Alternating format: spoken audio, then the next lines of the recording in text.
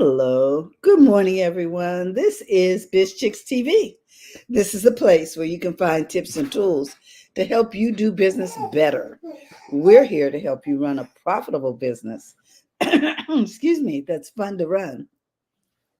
And to take the hassle out of your hustle, I'm here with my friend and colleague, Ms. Francine Gregory, real estate entrepreneur and tech diva. I'm Terralina from California Cover Ups, and we are the Biz Chicks. Want to welcome you to Tech Life Weekly. Every Friday, we get together with the other tech divas and we talk about what's going on in tech. So we like to get started with a little tech history and a little tech future. And I'm going to turn it over to my friend and colleague. Good morning, Fran. Good morning. Okay, so let's talk a little bit about some tech events that happened this week in history. Okay, the first thing we have is August 9th, 1995, Netscape's initial public offering. The Netscape's Communications Corporation went public, leading to a major boom in the tech industry and the dot-com bubble. The success of this IPO is often seen as the beginning of the internet revolution. And let's see here. Let me get the next story. I'm going to put a little music. Just little background music. Okay, August 12, 1981, IBM introduces the personal computer, the IBM 5150, and it was launched.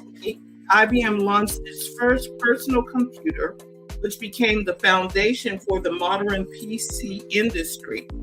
The IBM 5150 used Microsoft's MS-DOS operating system, and it featured an Intel processor. August 6, 1991, the World Wide Web becomes public. Tim Berners-Lee announced the World Wide Web project to the public, which marked the beginning of the modern internet as we know it. He posted a short summary of the project on the alt.hypertext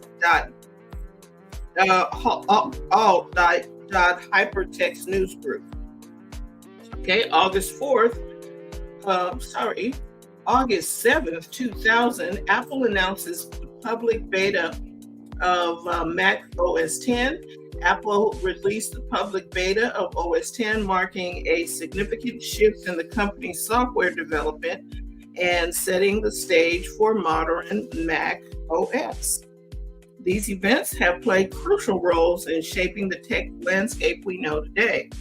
So now we're going to talk about some tech that is making history. The EU's AI Act is now one of the world's strictest AI laws. It went into effect on August 1st, 2024. It introduces new regulations around the safety, sustainability, and bias of AI systems, particularly those used in high-risk areas like law enforcement and hiring. Similar to the GDPR, this law could have significant impact on U.S. tech companies that do business in Europe, as they may need to comply with these rules to maintain market access. Wow, that's big. Really is. Companies may also develop region-specific AI models to meet these regulations. The law could influence AI regulations globally, although the U.S. has yet to pass similar federal legislation. Ooh, we made up them big words. And that is your week in tech history and tech making history. Oh wow, that's really amazing, Fran. I didn't know about that one, and I'm interested in how it's going to affect us moving forward with AI. Somebody needed some rules, okay? Yeah, and somebody needed to put in the rules. Yeah, company-wide because it does help, but still need to have some guide, I'm going girls. guide rails, like on the highway. We don't want y'all just diving off a cliff over here. So Exactly. Exactly. All right. So what you got going on? To Sylviana. Hey, Sylvia. Yeah, and all of those watching live on the replay, we just say hey. I do have a story this morning, Fran, that I wanted to share. You know, Sure. in the past, we've been talking about 3D building for house use, and we saw where they were using it several years ago in Mexico. Well, I ran across this story, and I said, I don't have much I want to share this morning, but this one I don't want you to miss. So let me share my screen. Let's see. And cue this up. And when it starts out, there's no sound, there's just text, and then it will go into audio. Okay.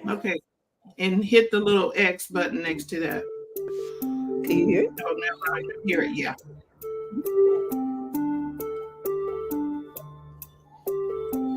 It says here, a giant 45 feet wide printer is finishing the last few homes in a neighborhood of 100 houses. Wow. Yeah. The printing company ICON began printing the homes in November of 2022.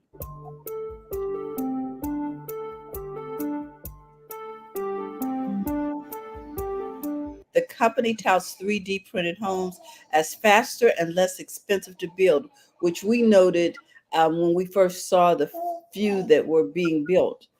Right. If you notice, they look a lot different from the original houses we saw being built by 3D printers. These are square. Right. The others were kind of round and just looked like layers of concrete.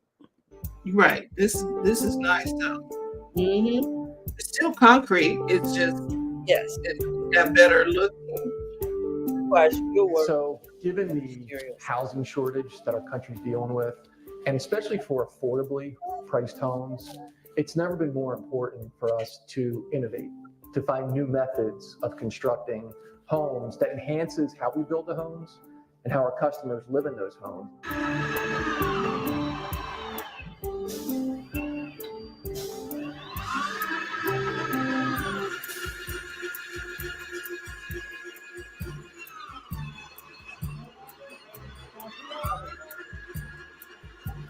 So it says here that the printer only constructs the walls and the traditional construction crew installs the foundation and the metal roof. It takes about 3 weeks to print a single-story home. Ever since I was young. Come on now, 3 weeks to build a house? 3. We can put these houses out. The question is, what's going on in Hawaii? Why is this taking so long? What's up? And what happens after natural disasters? Why are we so slow to respond, getting people out of trailers and into permanent housing when we have this technology? And I think a lot of it is because somebody's trying to hold on to something to get paid a little more. Lennar Homes, the gentleman that was featured here that was doing the talking, he's with Lennar Homes. And if Lennar comes out with this is major. And if only they make sure that the cost stays affordable for people, because it's concrete, one, and Icon, okay, so you're building everything and people can have a house in 3 weeks. What are we waiting for? What a blessing, and what a great starter home. Do you remember, you don't remember, but in the 50s, the craft homes were sort of this way because you could put them together quickly. They were smaller for people starting out after the GI Bill buying and homes. They had the cinder blocks. They were cinder block homes. And now this is not cinder block. The cinder block were a little different, but it was a home. And this is nice. And this is like real modern with everything. You see all the windows, how pretty they are. I was like, okay, This is I'm- nice. Come on, y'all. How can and see? I think there should be a way for people to be able to access these homes, and and don't let greed get involved, because somebody would. We just don't need the greed involved. I'm not going to even put that out there like that. Build a house, help people get into the house, Yes. because it can be affordable. It can be affordable. Modern, pretty, and affordable, and in planned neighborhoods. So now you Yep. can have green spaces and all these things, not just, random development. I Right. said, oh, great. This is good. And Right. spending out the house every 3 weeks. And I don't know what they'll do once they get robots involved. So Yeah, the robots we'll work on the clock. the robots can do the foundation and the roof and stuff like that, and we just have the roofers and the people who normally do it. They just kind of oversee it and make sure the stuff gets done correctly. Exactly. I just thought, oh, this is just so wonderful. And the last time we saw it, it was out of the country. It was in Mexico and a couple of other countries. But it seems like it's catching on here in a way that's going to make housing affordable. And I'm excited. I wonder if they have did they have a initial private offering on theirs? I have You know what I mean? I wonder if they're trading publicly, because Yes. I think I would invest in that. Well, the other thing I wanted to ask you about, because I pulled up this story, and it's talking about the 4M Mac Mini could be Apple's smallest desktop computer to date. Are you familiar with that? Now, I'm familiar with the Mac Mini because I have one, but go ahead and let's take a look. Do you have a picture of it or something? I have a picture. Let me see. Share my screen. Because, Mac, yeah, that is the Mac Mini. And it is a computer. Is that correct? It is. Now, here's the thing. You're going to need to get a monitor. Okay. I was wondering, how does this work? Okay. So it comes with the keyboard. It'll come with the keyboard and the mouse, most likely. Keyboard and mouse. But you're going to need to get a monitor, speakers, and all that. Do you understand? Because it's a computer, but it's just like having a tower, except for it's not a tower. It's the little mini. Okay, so it is basically what's inside of our keyboard. Underneath there, the motherboard and all of those things that allow us to run the software. Is that what I? Right, it's a computer. Yes. It just doesn't have the peripherals, and peripherals mean all of the other little things that you need to you need a monitor to see what you're doing. You're doing, yeah. You have to buy a monitor. So it's just a way of saying it is our laptop without a monitor. And you said we have to have our own speakers? Yeah. Because think of the old tower you used to have. Okay. That was a computer. You had to get the speakers because it's not all in one. Now, Mac has the iMac, which is all inclusive. It's speakers, camera, keyboard. Everything is included. Keyboard, mouse, everything that you need, it's all packaged in one in the iMac. In the Mac Mini, that is not so, because you have no camera. You have because the monitor, the monitor normally will have the camera in it. Correct. But with Mac Mini, you're going to need to get a monitor. Now, you can get a monitor by Apple. So it'll cost you. It doesn't cost that much to get a Mac Mini, but it's $5.99 right now. Right, which is very good, but you still got to buy the rest of the equipment. Right, you got to buy the monitor. You got to buy the speakers if you want to play music or if you want to hear what's coming out of it. And you have to, okay, the mouse comes with it. I believe my mouse,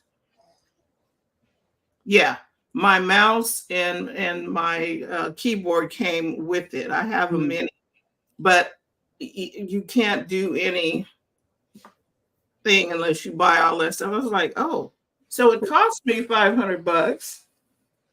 But now I've got to build it out. And I have to pay money for to make it do what I want to do. Exactly. I was like, oh, you could technically cast it up to your TV as a monitor, but you're going to need a monitor. Wow. Okay. Because when I saw this, and it, the article speaks to the fact that it says this Mac Mini could be in line for a major overhaul when the M4 powered model arrives. It's the size of an Apple TV box. Right. Which is very small. So it would be less than half of the price or size, pardon me, of what they got going on now. And then I looked down and I saw the price was like $5.99 or something. Yeah, usually $4.99, a 6th generation model. Okay, so that's talking about the iPad Mini. Yeah, that's the tablet. But if you're talking about the Mac Mini, is not the tablet. That's the iPad. The Mac Mini is the little box that we saw up here. It's $5.99. There it is. Yeah. Okay. And that's it for the M2, which is very fast. Right here. And but you need to know what you're going to get into if you buy that. Exactly. So I wanted to check. I was like, well, what is this mini thing? And I didn't realize that you had to build it out. It's like building your own computer back in the day when Apple first started, huh? Yeah, it really is. And then that part, and I was checking on TJ here. I don't have any messages.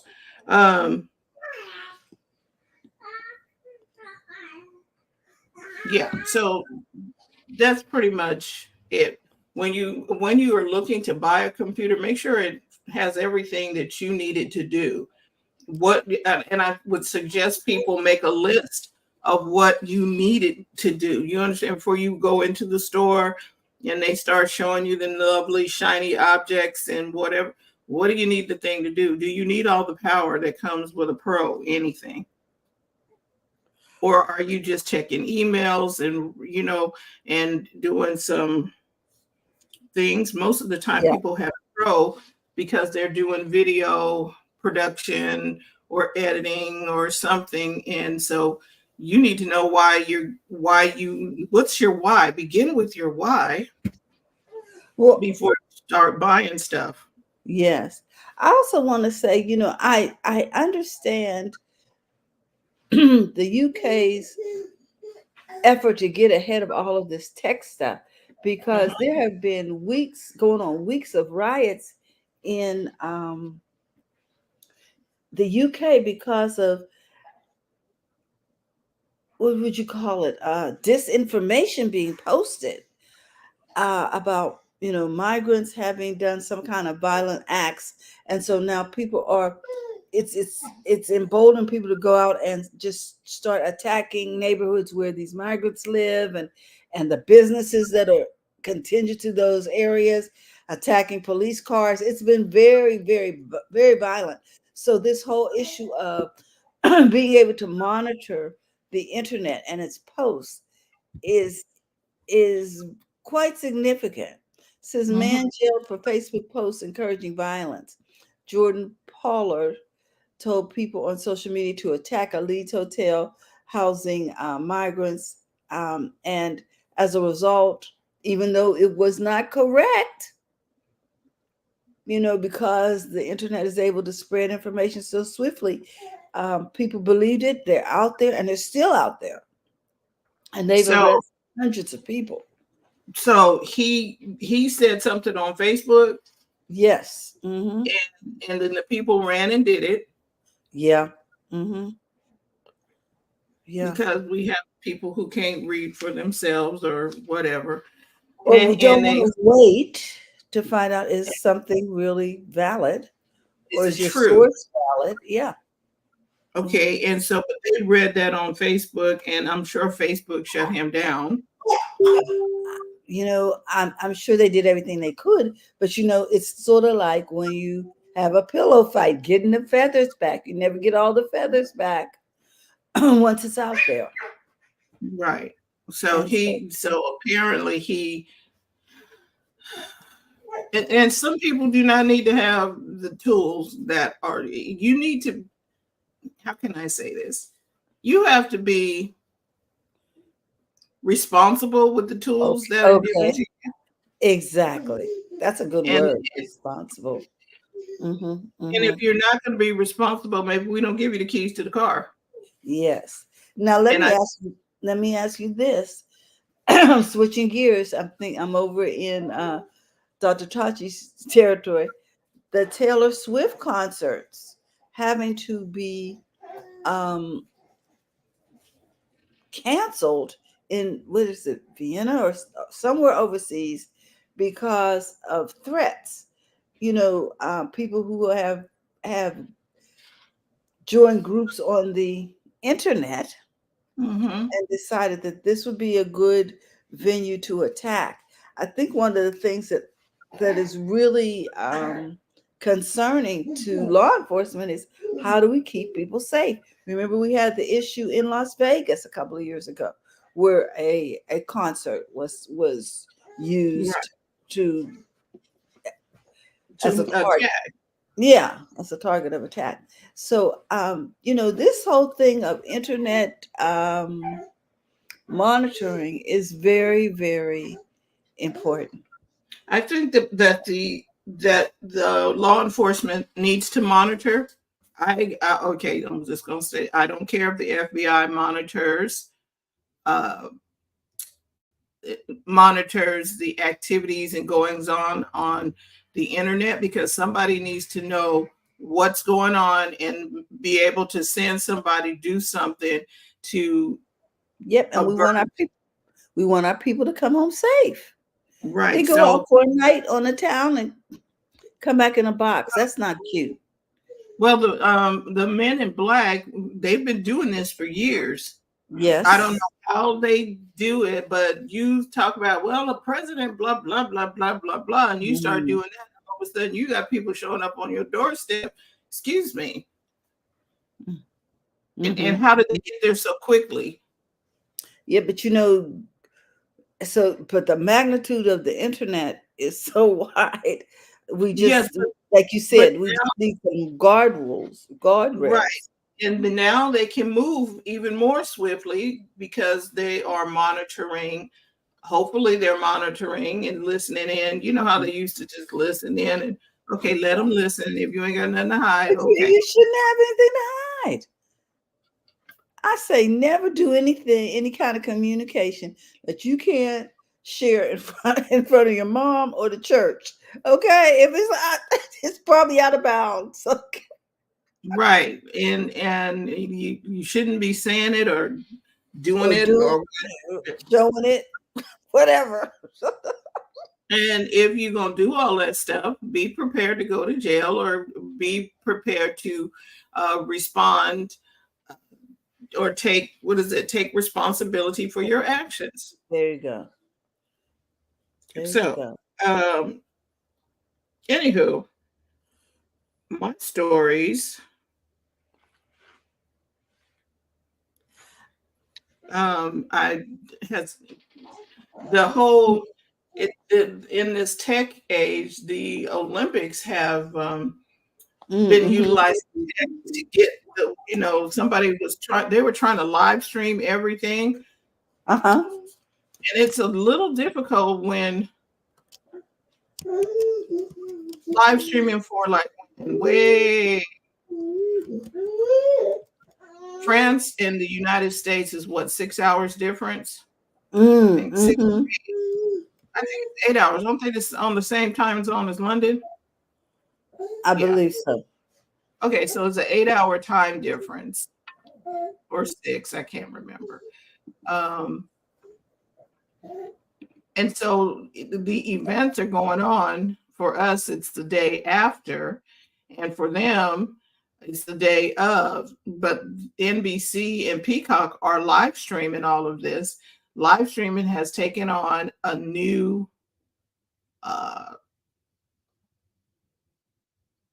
activities. It's taken on a larger responsibility. Using the word for the day, that is so major. Live stream the Olympics. So how do you get it? Well, you can go to Peacock. You can go to your local NBC affiliate, and you should be able to stream. And we're coming down to the end of the Olympics around the 11th, if I'm not mistaken. And you can watch replays. All kind of stuff is happening just because of tech. So tech is involved in our Olympics this year. We saw a story last week, if I'm not mistaken, where they used technology. Terry brought this story to us, where they were using technology to score in the gymnastics, using AI and the technology to get the scores more accurate, because there's human error, maybe a little bias on some parts of the judges, but the AI is looking for the points on each of the routines. So having tech in the midst of all of that makes it more fair, can we say? Like the photo finishes for the races, for the track and field, for the swimming. Technology is playing a major role in the Olympics this year. So what has your experience been? Have you been watching the Olympics? Have you been taking on, what's going on with the Olympics? We have been watching the Olympics, and I found it really engaging. I usually have to watch the day after because it's not compatible with my schedule. Right, because midnight. I tell you, the other thing I'm mad about, I had to pay to see it. I had to sign up for Peacock because it was they have a monopoly. Oh, interesting. Okay, I guess because I have... It's included in your NBC. It's included in my YouTube TV. See, but I had to break down and sign up so that I could get it. And I plan to let them know how wonderful I thought that was. After, as a U.S. citizen, I pay for all these people to go, and now I got to pay to even see it. I thought that was rank. Well, because they had it on the regular NBC, ABC, or NBC stations, right? But if you have cut the cord, now you're going to have to catch it. What is this? Peacock. You're going to have to catch it on a stream or streaming network. And Peacock and NBC Sports is the only one that had it, unless you have it included with your. Yes, it's not on the regular channel because you can get live TV. Well, it was on NBC on live TV. It's just that NBC does not run it. They didn't run it 24. Remember how you used to watch it and you could see it and you would be there, but I don't think they ran it 24. Okay. All righty. Dr. Tachi may know better, but I don't think they ran that whole cycle. You mean the Olympics? The Olympics, yeah. Like on NBC, did NBC just preempt all their programming and run it like rabbit ears? Um, Right. you know, here's the thing, there is a schedule. And so everything, if you want to call it preempted, has been kind of preempted because of the Olympics. And so there's a schedule of what runs when. What I'm not clear about is what's running where, because there are concurrent events. So NBC has several channels. Obviously, you have NBC, you've got Peacock, but there are some other channels that are also running some things. So depending on the day, depending on the event, that really determines what's being played where. But it's not like 24/7, because obviously you've got things like local news, etc., that is there. So it's not happening 24/7. Good question. I don't know what events they have. Obviously they have the exclusive streaming rights, but they can't stream everything. No.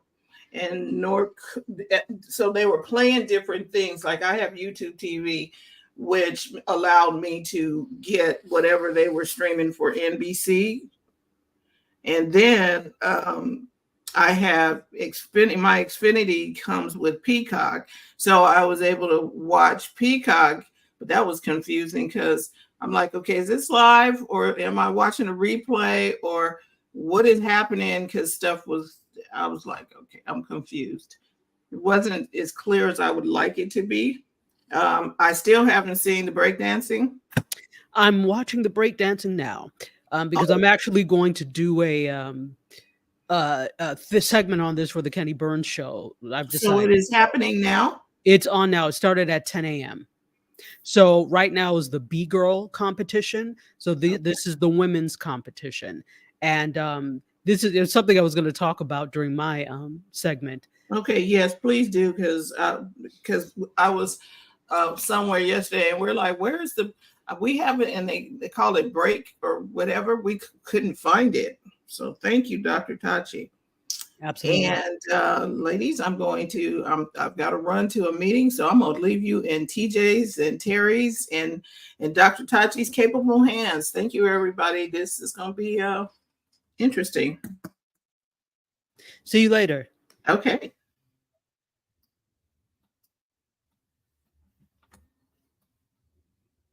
My mic is muted. Sorry. Thank you. Okay, so we'll get started with social media news and updates for this week. And I usually start with Snapchat, but there is no Snapchat news, but there is some Audible news. So Audible, does everybody know Audible? Audible is the app, I believe Amazon bought them, where you listen to audio books, right? Am I correct? Yes, Amazon owns them. Yes. Right. So Audible is testing an AI-powered search feature. So search is the big thing. AI-powered search is even bigger. So Audible wants to get into it. And so they have announced that they're testing an AI-powered search feature to assist users in narrowing down their audiobook search. So you can go in and interact with Maven. That's the name of, they like to name their AI things like, oh, okay, why does it need a name? But it's called Maven. Audible is Audible's new personal recommendation expert that looks for title suggestions based on users' specific requests. A user can use natural language to enter queries, and Maven will respond by providing tailored recommendations pulled from Audible's catalog of nearly 1 million titles. So they're saying, for instance, this is an example.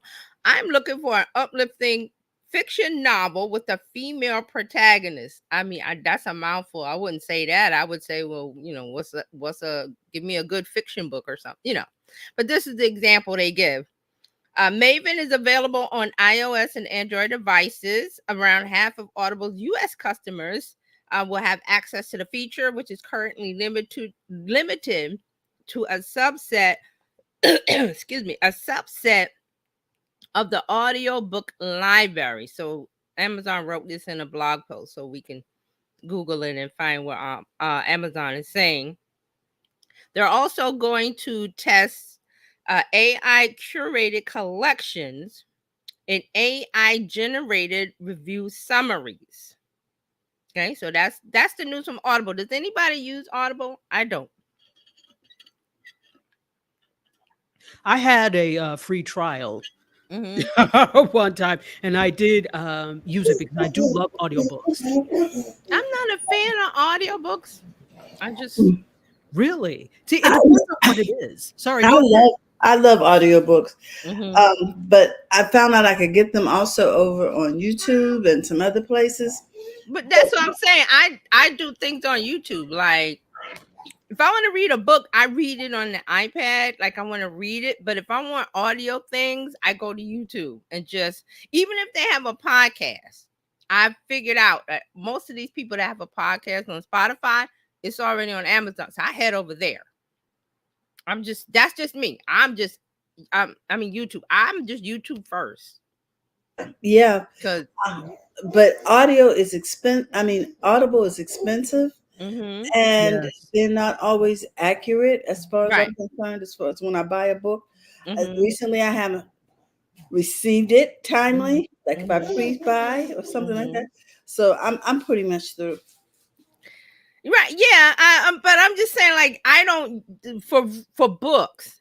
I'm more of a I want to read the book, kind of. I don't want to listen, but I will listen to opinions. I guess that's what I like because YouTube people are podcasts are opinions. They're not reading a script. Well, That's the thing I like. I found it's easier for me to listen to a book because Yeah. right now I've got a Mhm. lot of little baby duties. Right. So, and I can hear it when I'm in different rooms. I can just move around. I don't have to Right.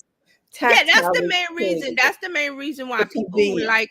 people who like audiobooks, that's the main reason. Like that's a perfect example. But I'm just saying with me, I don't do that. So if I'm in the kitchen cooking or something, I have my phone or a device and I find YouTube and I let that, a YouTube video that I like and I let that run because I don't have to really watch it. I can watch it later, but I can listen to them talk instead of it's just I think it's for me, it's just the reading of a book. I don't get it, but I I understand think why people do that. Also in the car, right? Also yes. commute, they listen. I'm just saying me personally. But I know why people want to hear because you have your hands are busy. Yes. So you want and then I think I had a trial with either Prince Harry's book or Viola Davis's book on one of them because it's like, oh, you get to hear the celebrity read them, and I'm like, yeah, that's cool, but I wanted to read it, so that's not a draw for me. It's a draw for some people to hear the author, especially if it's a famous person. Oh, they're reading a book, and I'm like, okay, it's not my thing, but Not my thing either. yeah, I but just- they have so AI search is there.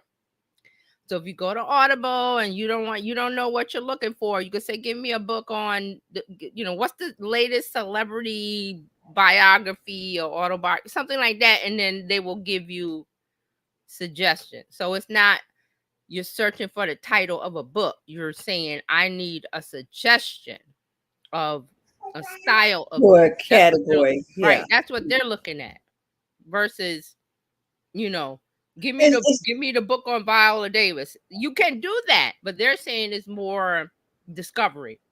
And also they get to promote. I'm pretty sure there's ads in there. Ads are everywhere. We cannot escape ads. Okay, so that's Audible. Now we're going to look at Reddit. I think this one came out today. This is like a latest one. So Reddit. Now Reddit is one of the apps where it is I call it escape from Twitter. Like people are trying to escape from Twitter, but they want a news app or they want a current app or they want an app where people are hanging out like right now. They're starting to go to Threads little by little.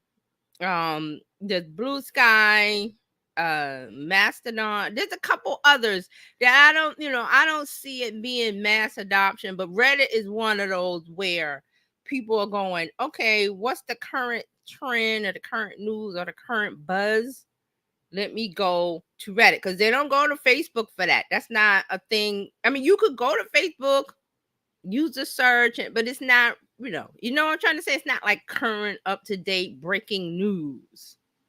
Because like with this current election cycle, especially with things that have happened in the last few weeks, and also that guy, having press conferences at his Mar-a-Lago hangout where he just says crazy stuff. Twitter kind of goes crazy with that. And I call it Twitter. I don't call it X.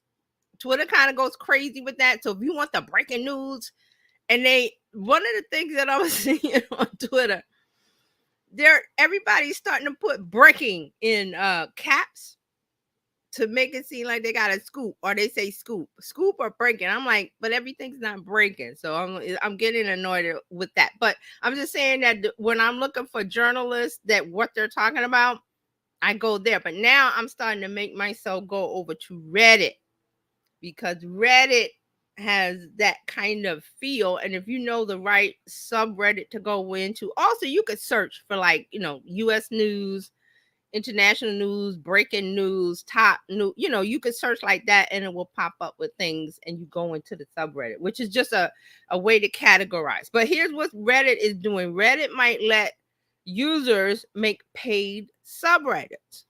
So what you could do is if you're, you sign up for Reddit and you become a user and get an account, you can create a subreddit, and they're all free. But now they're saying that you could create one that's maybe private for your community, and then you can charge. Okay. So Oh, that sounds sort of Patreon. sort of what? Sounds so like Patreon. Oh, Patreon. Yeah. That's things are getting to be paid options. So the Reddit CEO hinted on their earnings call this week. They said Steve Huffman discussed potential exclusive areas as an additional way for the company to boost revenues. Here's this quote. I think the existing altruistic free version of Reddit will continue to exist and grow and thrive just the way it has, but now we will unlock the door for new use cases, new types of subreddits that can be built that may have exclusive content or private areas, things of that nature. That's his quote. So he's hinting at it. There's no real, it's coming. There's something they're thinking about, because Reddit has to make money. I believe their last earning call, their stock, because I think they just went public or something. And because I haven't followed it like that, but I think their last earning calls, the numbers weren't that great.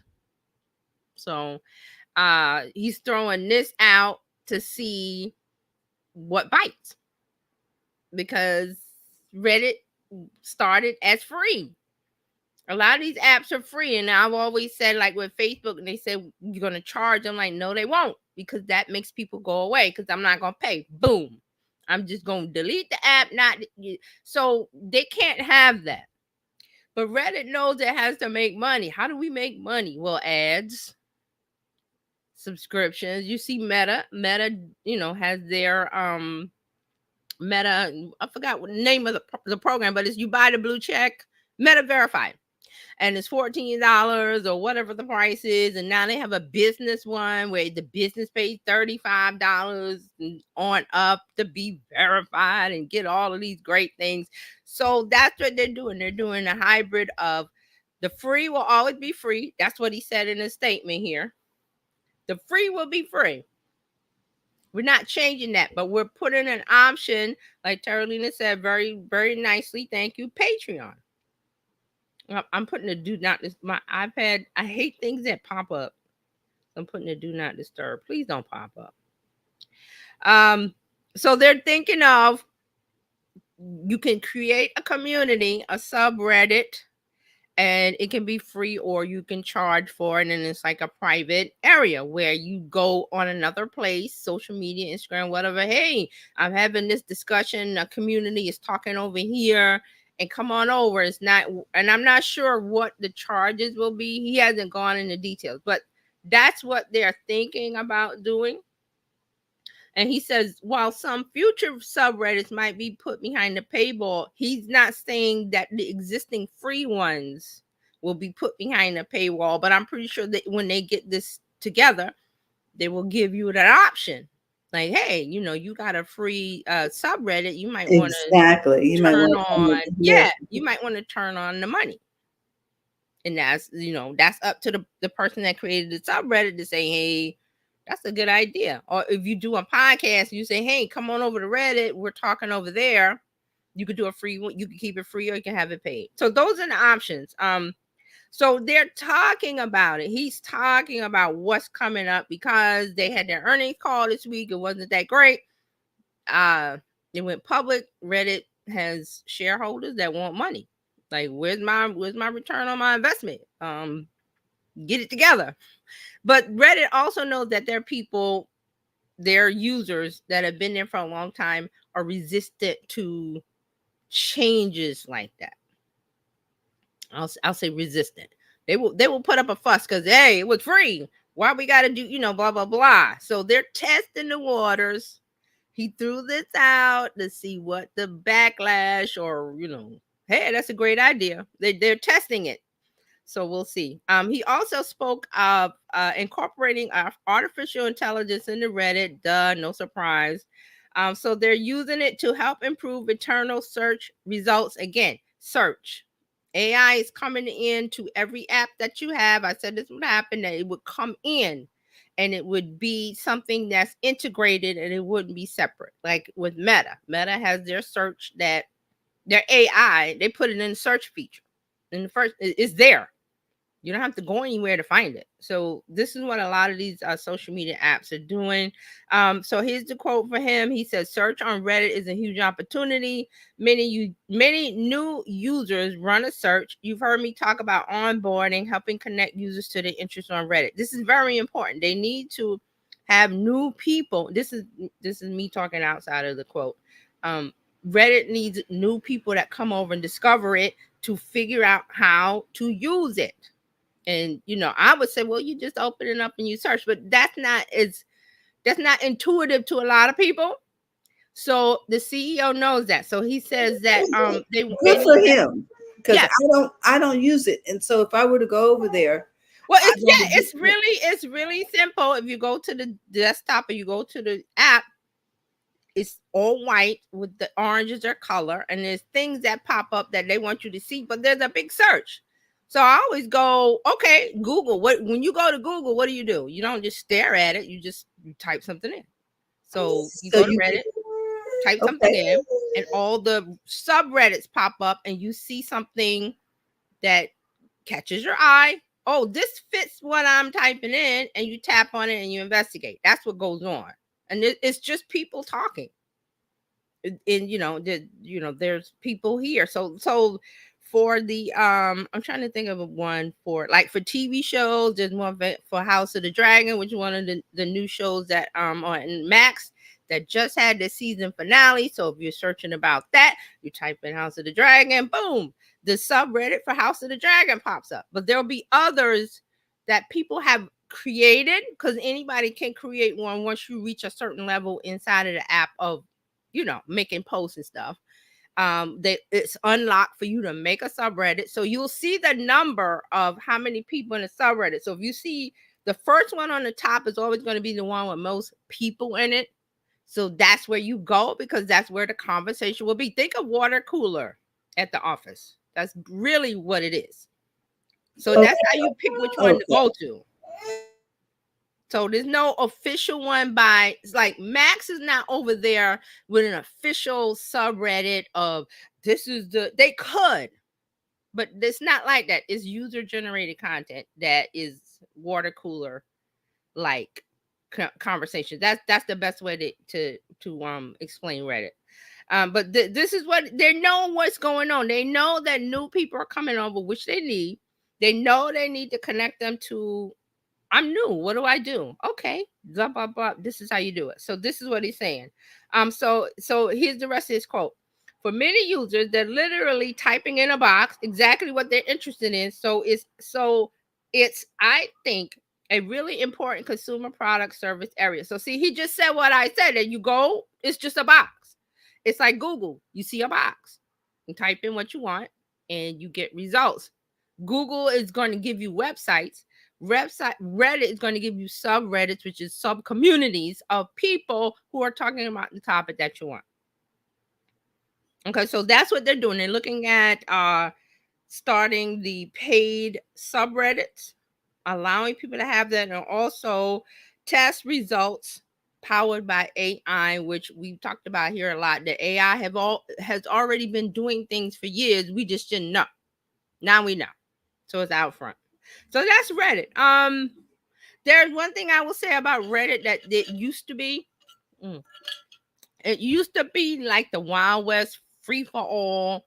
Like everybody's just over there saying whatever they want, which is still true. But I think they're trying to clean up that kind of that reputation that they have. So I'm going over and I'm still seeing some things. So it's like going through the forest, going to grandma's house, and you see some, there's some dark area. You don't go that way. So that's kind of like Reddit. Like you go over there and you're like, oh, what's this? And you open the door. What's that mean with Jay-Z and open the door and then he closes it real quick? Like, that's not a place I want to be. So it's kind of like that. You have to kind of find the subreddit. And there's some nice communities over there. There's a Bridgerton one that's really cool. A lot of authors, people who like a certain author, they will gather over there and talk about the books and what's coming and what's coming up in Bridgerton season 4, and they bring over articles that they find about that book or that TV show or that thing, and then you get new information. But here's the key: a subreddit has to be pretty active in order for it to give you something of value. So, like I said, the ones that I just talked about, those are pretty active because people are currently talking about it. You may find a subreddit on a topic that you like, and there hasn't been any conversations for months. So that's your key to, okay, there's nobody here. Let me get out and go back to the search and then see if I can find people talking about. So it's kind of water cooler plus Google, if that makes sense. Does that make sense? Because I know nobody uses. I use it sparingly. I have not I don't go over every day. I should. It makes sense. It makes sense to me. I actually like Reddit. Obviously, it can be overwhelming if you are not a regular user of it, because it kind of is threads of things, and you're trying to okay, well, where is the but if you once you get used to it, I think it can be an enormous source of information. I mean, of course, you just have to make sure it's the right information, but it can be an enormous source of information. It takes off the pretense of other social media platforms, if that makes sense. Meaning it is bare bones, and it's the information. It is not about the platform and the format of the platform. So Alexis Ohanian and them, they did a really good job putting that together, I think. No, So I agree. It is very bare bones. It is very white screen, the orange Reddit at the top. I'm looking at the app, and then when you come in, it shows me like the almost current post, like within a day, I think. Like I'm in OpenAI subreddit, and then it shows, whatever's going on.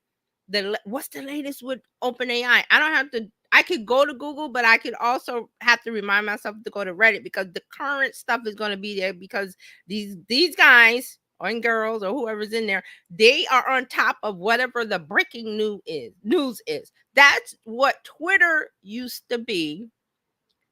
It's still kind of, because the political journalists won't let go. I said Black Twitter, they will not let it go. So the funny stuff, I'm like, okay, I still got to go over there. But Reddit has a subreddit, and I just saw one of the posts. It's called Black People Twitter. So they're kind of trying to bridge the gap of coming over. And then this week, some things was happening on Threads where I go in and people are like, well, what happened there on Twitter? Because there's an influx of new people saying, "Hey, I'm new. I came over from Twitter.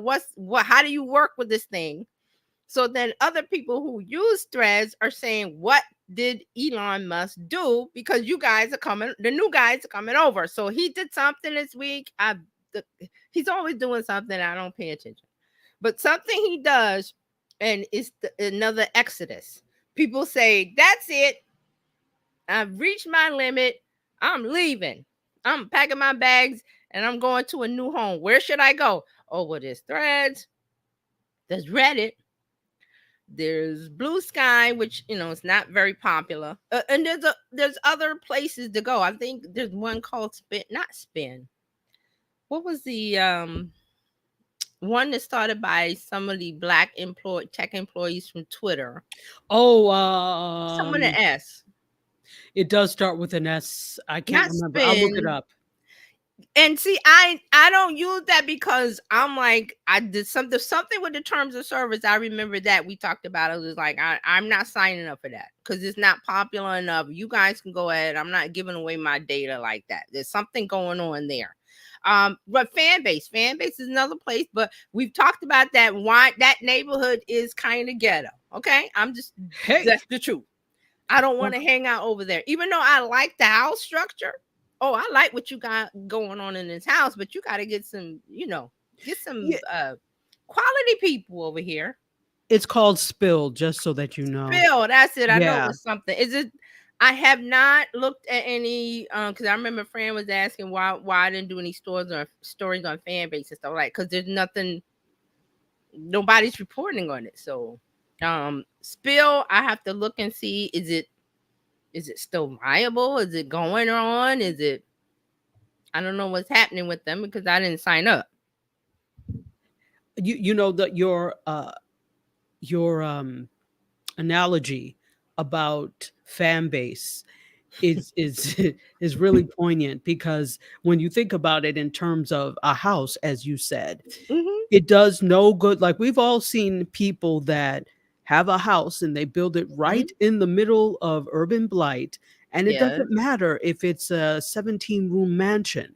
Everything that is outside is urban blight, and you're constantly defending your mansion against what is outside. Right. And so if you look at that as a euphemism for what Fanbase is doing, your house is beautiful. Yes. But the neighborhood, is a little suspicious. I've gone to your house several times and there's nothing of interest to me. I mean, I'm not putting what they're doing down. It's just that you got to get some tech bros or some journalists, or Roland Martin is there. I follow him there, but I can follow him other places. I don't have to go to Fanbase for him. And he's an investor. I understand that, but you're not having a political people coming over that's talking about news and you're talking about things that I don't follow. So and you're right. You're right. I think also, again, I can't really speak strongly to this because I try and avoid being over there, to be honest, even though I want to be supportive. But Roland is not, he's got his own network as well. And so he is not having major conversations about things over there. He's an investor, right? Right. So he's posting. Right, exactly. So really what it's going to take, and it's this whole thing. Do you want to wait? There's a neighborhood that's terrible, but has potential. It's near downtown, not far from the beach. You can invest now while in a home there, while it's not too crazy of a price. Right. If you are willing to be a maverick. A lot of people are not, because what happens is the people who buy in that neighborhood, they're the ones that need to build it up. Right. Are we willing to build that up? Agreed. And I've seen interviews with him. He's come on Roland Martin's show and he said, I understand what he's saying. We need to invest in our community, and you can share in the profits, and we need to invest in our culture and our community on a platform that we on. Good. But that's not enough to make people come. Just because you're saying, oh, well, come on over here instead of being on Instagram and where they treat you, or TikTok, that yes, we know that. But what are you offering me to come? Yeah, exactly. Because people have stayed on platforms and been abused for less. Look at Black Twitter. Okay, They they're won't abused for leave. years. They're not leaving. So, what are you offering that is different or better than what is over here? It has to be more than it's Black owned. I'm Right. sorry, that is not going to fly in 2024 in the year of our Lord. Okay. I can go any place and then find the Black community if I want to go there. That's not, and he keeps selling that point, and I'm like, that's not enough, bro. You gotta give more. You gotta clean up your yard, and it's like the homeowners association. You gotta clean up your yard. You gotta put rules for everybody else's yard. Because when I come down the street, I don't want to see all of these houses to get to your mansion where everything's good, but I gotta get to you. It's the same thing with New York City. Like, okay, well, I might want to move over there, but how far do I have to walk to get to the subway? Is there a bus stop in front of my house? See, those things matter because I gotta walk through the forest to get to work. And I'm like, how bad do I want to live over here? But I gotta go through here and past this. I gotta fight that battle every day, 2 times a day, more than 2 times if I want to leave my neighborhood and go shop somewhere else. These are all the things we think of as New York. When I want to live in a neighborhood, where's the bus stop? What's the closest subway stop? Is it safe? Are there junkies and people hanging out? Or is it families? Or see, these things go into play. And you can say, well, it's low rent, but look at what it costs me to live every day. Exactly. That's what fan base is. Fan base is great, but I got to get to you. I got to wade through and I don't want to do that. Can I give another quick example? Yeah. Because the whole New York thing is so poignant here. And as a fellow New Yorker, I totally agree. And this is the thing where sometimes where people go wrong. And this is I'll make the connection to fan base. So if you remember Carla Hall, the chef Carla Hall. So she had a restaurant in New York. I can't remember exactly where it was, but it was by the water, right? I think I remember. Yeah, she had it briefly. Now she's closed. It wasn't the food. The food was bomb. It was on the water. And I listened to her do an interview about this, and she said the rent was so inexpensive. It was like $1,200 a month. Why? Right. Then she was like, oh, this is great because, the whole, we want a brick and mortar and stuff like this. This was the problem.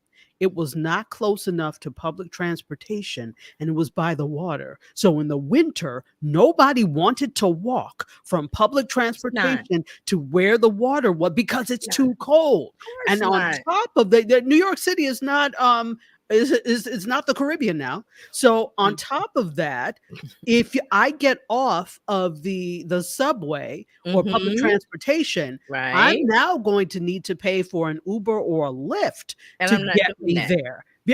I can walk in the summer. It's fine. It's beautiful in the summer, but in the winter it's awful. So let's connect this to the problem. Yes, I agree.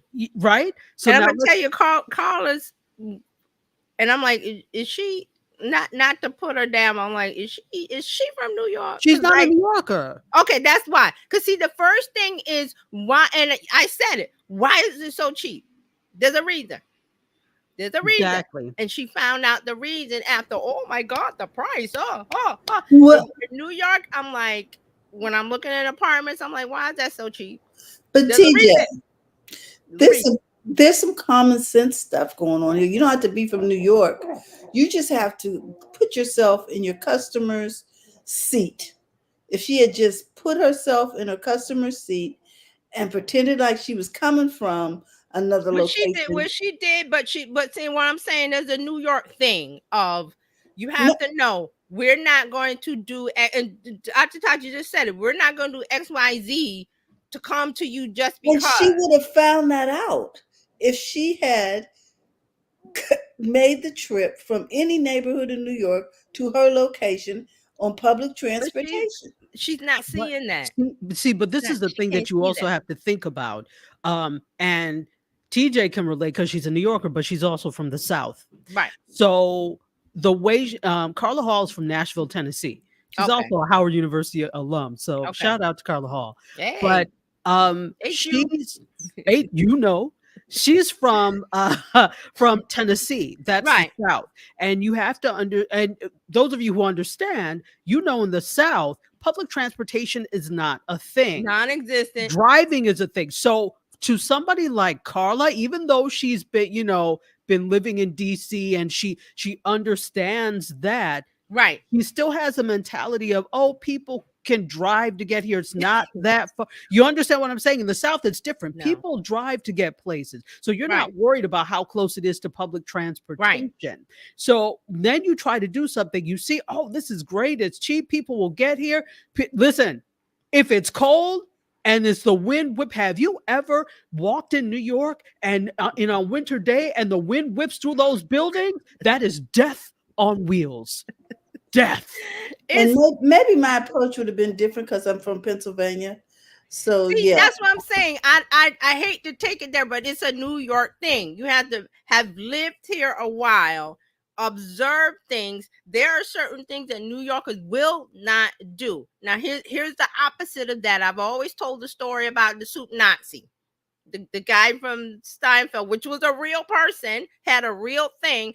It's the middle of January, just like Dr. Tati said, it is cold. It's like cold. It's like 30, not 30, colder than that. I'm trying to remember. And this guy has a soup built, the little stand in the middle of the block. It was Midtown, like West 50 something or whatever. In the middle of where people work, Avenue of the Americas, all the office buildings, Fox News, all the big buildings. And there's options for lunch galore. It's January, the middle of January. I don't even have to leave. I can go down. I worked in my building. I could go downstairs in Rockefeller Center, Rockefeller Plaza. Everything's underground. I didn't ever have to put my coat on and go outside in January. But I'm like, okay, I want to get this soup. Soup Nazi. Walking over there a few blocks away. The line is wrapped around the corner, around the block, never happens. It's the middle of January. This got to be some really good soup for New Yorkers to stand in the middle of January for lunch to get some soup. And I'm like, do I want to? Yeah, I want to. So I get in the line and I wait, and you go through the whole thing, and you gotta move into this. The whole thing from the Seinfeld episode is true.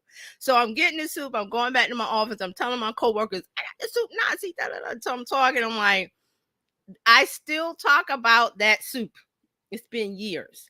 I still talk about that soup. It's the best soup I ever had. So what I'm saying is that as a New Yorker, I know if I see a line, that's a good place to eat. I don't have to think about it. We've got some comments from Fred. Here we don't wait in lines. Mm-hmm. We don't wait. I hate it. So if you see a line, but again, it's the neighborhood. If it's Times Square and you see a line, no, that's tourists. If you're on the Upper West Side, Broadway in the 70s or something, and you see a line for a food place, get in line. That's what I'm saying. Fred says, yeah, riding the city bus in the South, you have hit rock bottom. I was shocked when I got to Philly. Yes, because I was just thinking about that the other day about visiting my relatives. I'm like, okay, if I don't go with my sister, who she has a car, and I'm like, I hate driving there.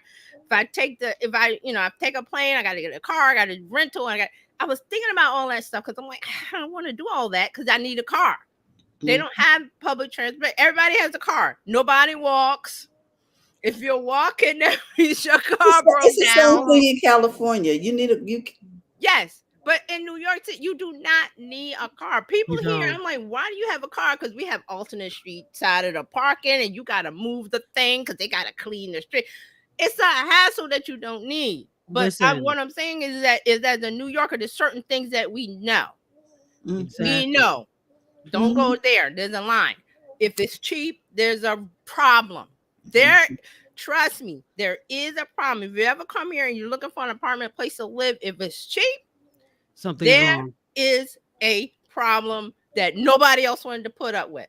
And people that live in New York put up with a lot of stuff. There's a lot of stuff we put up with. But if it's a cheap apartment, why? Well, It's Listen, wrong. Also, first with the is he rent grew- for any commercial building, mhm. why is it cheap? There's a problem. Well, Fred's posting. He says, you know, Okay. he grew up in Memphis. He says in Mhm. Ohio now, and it's the same mentality of the South when it comes to public transportation. He Mhm. says, never of a top coat until I Never hear. owned. Yeah. Oh, okay. Me too. You So don't need got- coats. Here you need like 20 coats because there's different types of weather. There's Yeah, you need no. 20 coats. Mhm. Absolutely, absolutely. Like, Yes, and seasonal clothing, right? listen, need I 20 don't have, coats. I don't have a Okay, the last winter coat I bought, the zipper vamoose. I said that's it. I'm not replacing it. So I when I lived like in New York and DC. Mhm. Yeah, I had at least 7 or 8 coats because I Mhm. like to change them up, and that's part of the outfit. But here, I'm like, this is just taking up space. So let me stay with a light one. If I have to go someplace cold during the winter, I'll deal with it then. But no, absolutely. So Right. the So he whole said, I thing- never heard of a top coat. Yeah, there's different. We have to have different coats. In Chicago, yeah, you need a top coat. You need Chicago's We a a cannot have mess. one coat because we have different levels of weather. Like Mhm. a few days ago, it's like 60. I'm making soup. Today is hot. So Mhm. I know to keep things, we all know to keep things out. But what I'm saying is that yes, she jumped at the rent. Mhm. My thing is, what is wrong? Because something is wrong. And it's not, as a restaurant Well, owner opening a restaurant, I don't have to go to her place because when I leave my place, I'm passing 1,000 places to eat. Why would I do that? well, you get what you pay for. But I don't want to do that. Exactly. I don't care. No, that she I'm was talking on about the TV. rent. Oh. I'm talking about the rent. I'm saying with Carla, I don't care Yeah. that she was on TV. I don't care. She could be the best restaurant chef in the world. I don't care. If it's January, like I said, I'm not putting on to figure out which coat. Where am I Mhm. going? Then I gotta take the subway. Then I gotta do this. Then I gotta do that. I'm not doing that when I could right now Uber, Grubhub, walk to my corner, the Chinese place on the corner, or have them deliver.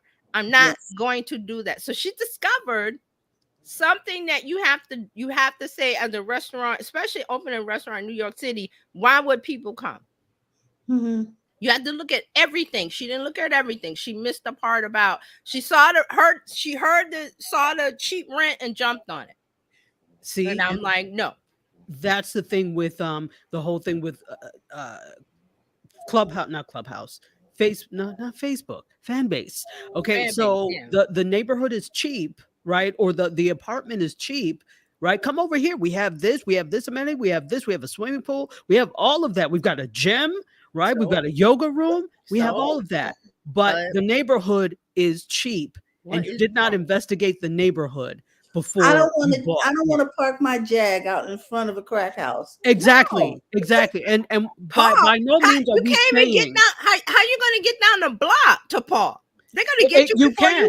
And They I will can't strip trust your who's rims gonna and be there such when I before you even finish. get to your home as you're driving. So I think the key thing here is that it's not just even in real estate, they say, it's better to have the worst house on the best block than Yes. the other way around, Yes. because there's always potential there. Now, Right. this is not to say that there's no potential with fan base or whatever, but Oh, I it's don't there. think that enough investigation was done because the residents are interesting. They are not lending to the experience when you go over there. So just because if you take your entire operation over there, which is what they want for people to do, to Mhm. make this your home, well, it takes too much work for this to be my home. It takes too much work for me to come and get your little $75 chicken tenders, Carla Hall.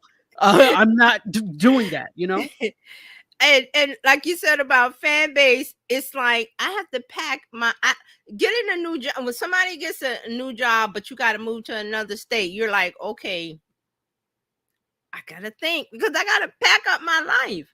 That's not something that is easily done. People, we get settled. We get used to an app like Twitter. It just will not die because Black Twitter's there and some other Twitters are there, and they're talking about things that you want to listen to what they say. But getting them off of it, they pretty much got to do a blab and turn the lights out. And Elon isn't doing that yet. I don't know when he's gonna do it, but it's gonna happen because it's the things. I think something this week about he's suing the advertisers. I don't know, some crazy something another. But oh, let me get the Fred's. Sorry, let me get the Fred's comments. He said, I know people in Atlanta not using cars in downtown living. I did grocery shop for the month in Philly as I did. Oh, I did. You did not. He did not grocery shop. And then Fred says, I have never gone to Patreon or fan base. See?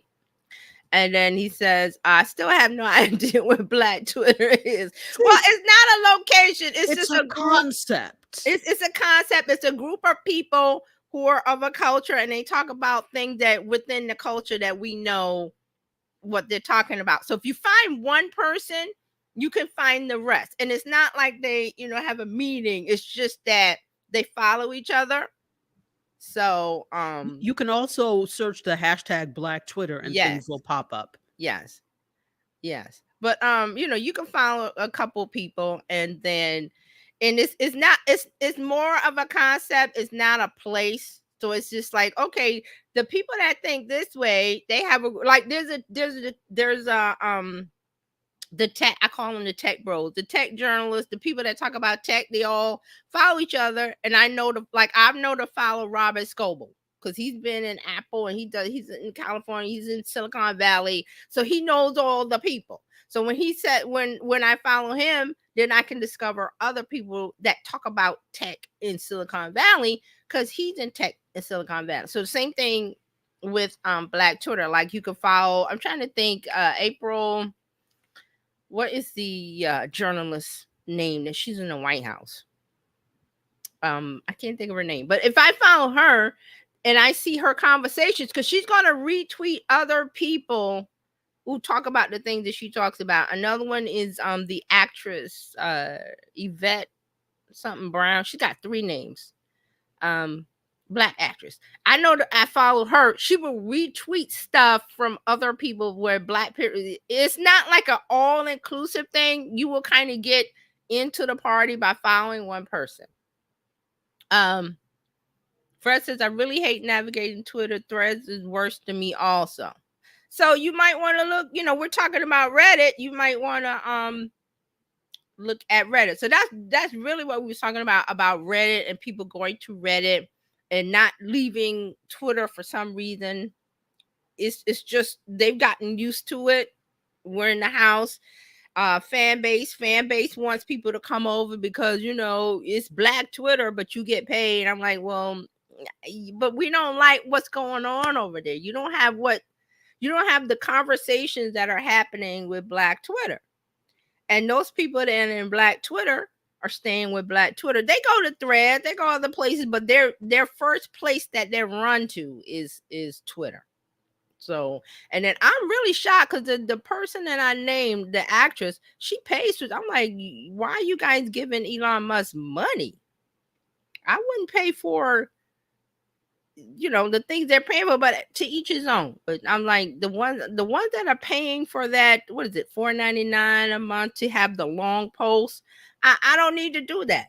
If you're complaining about the guy, you're giving him money. You're putting money in his pockets. Why would I put money in his pockets? Fred says Reddit moderators are annoying. It's tough for newbies wanting to share.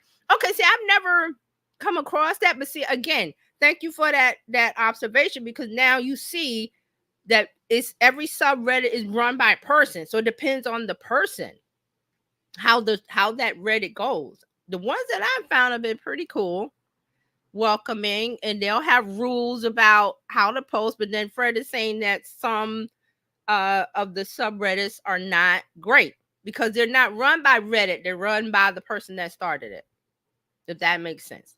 So if you got a person that's grumpy, the grumpy old man, get off my lawn, running the subreddit, then that's what's going to happen, what Fred is saying. So I'm sorry to hear that, Fred. Can you tell me which Reddit that is, subreddit, if you don't mind? You don't have to. I just want to go check Right, it out. so we can avoid it.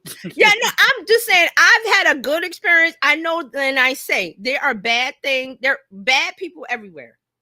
There is going to be not safe for work stuff on Reddit. I'm just telling you to be ready. But if you want news, tech news, if you want international news, if you want news about what's going on in the Middle East, there's a subreddit for that. All you got to do is search, go in, that meme of Jay-Z opening the door, open the door, look around, and if you don't like it, back on out.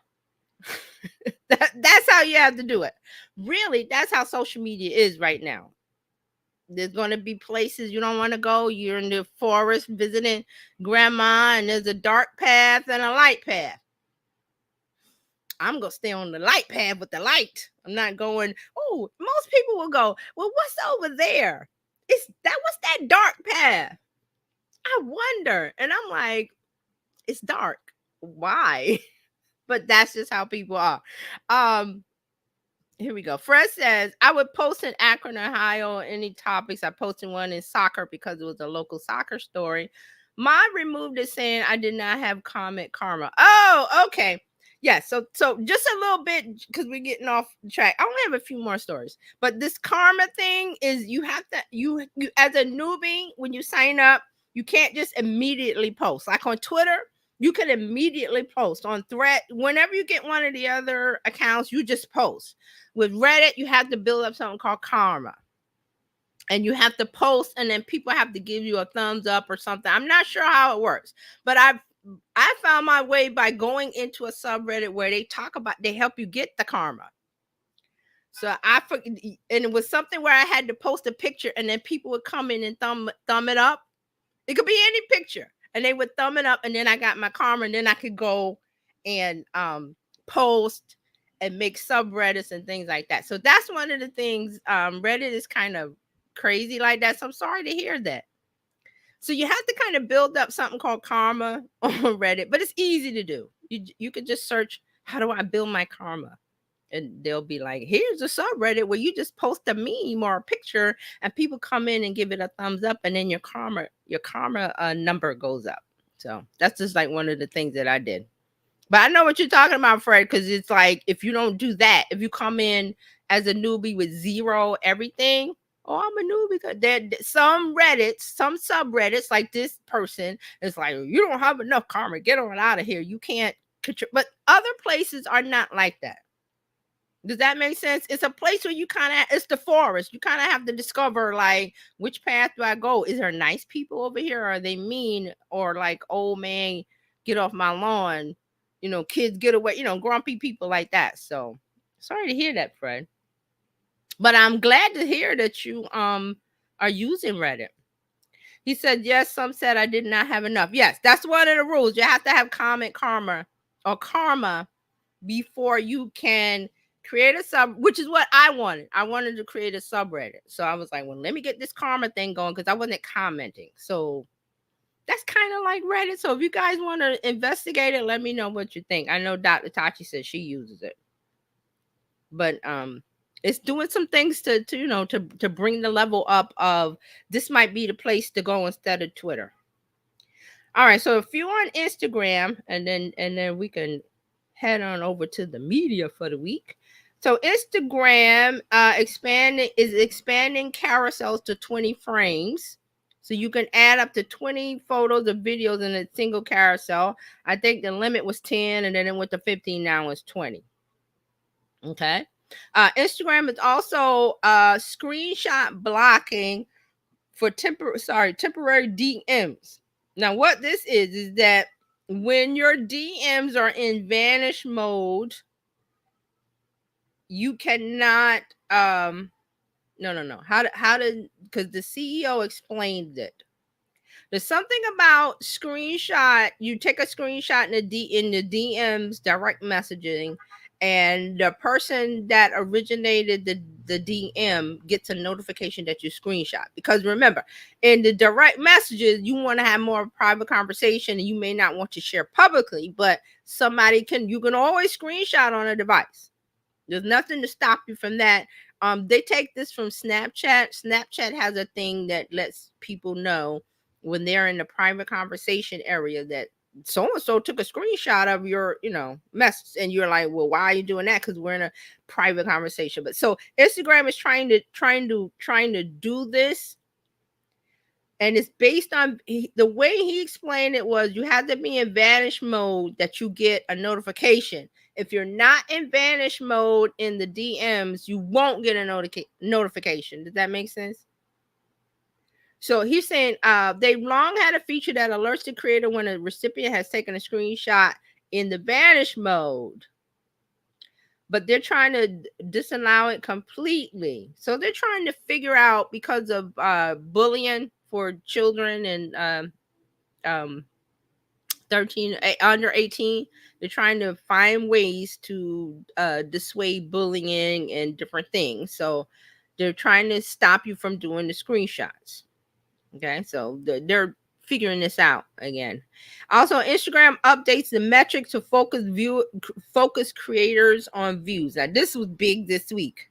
So Instagram is changing its metric, and I have a screenshot real quick. Let me bring it up so you can see exactly what we're talking about. That they're changing the metric. Okay, here we go. Now, it's not big enough. Let me make it bigger so you guys can see. Okay, how about that? Let me go back to StreamYard. Okay, that's bigger. All right, so what they're doing, Instagram is changing the metrics. They're calling it views and putting it front and center instead of accounts reached, engaged, and different things like that. So instead of reach on the left, and this is post insights, when you go to a specific post and you hit the post insights at the bottom of the image that you share, you get your metrics. So they're changing it from reach, see on the bottom left, reach, they're changing it to views. So here's the quote.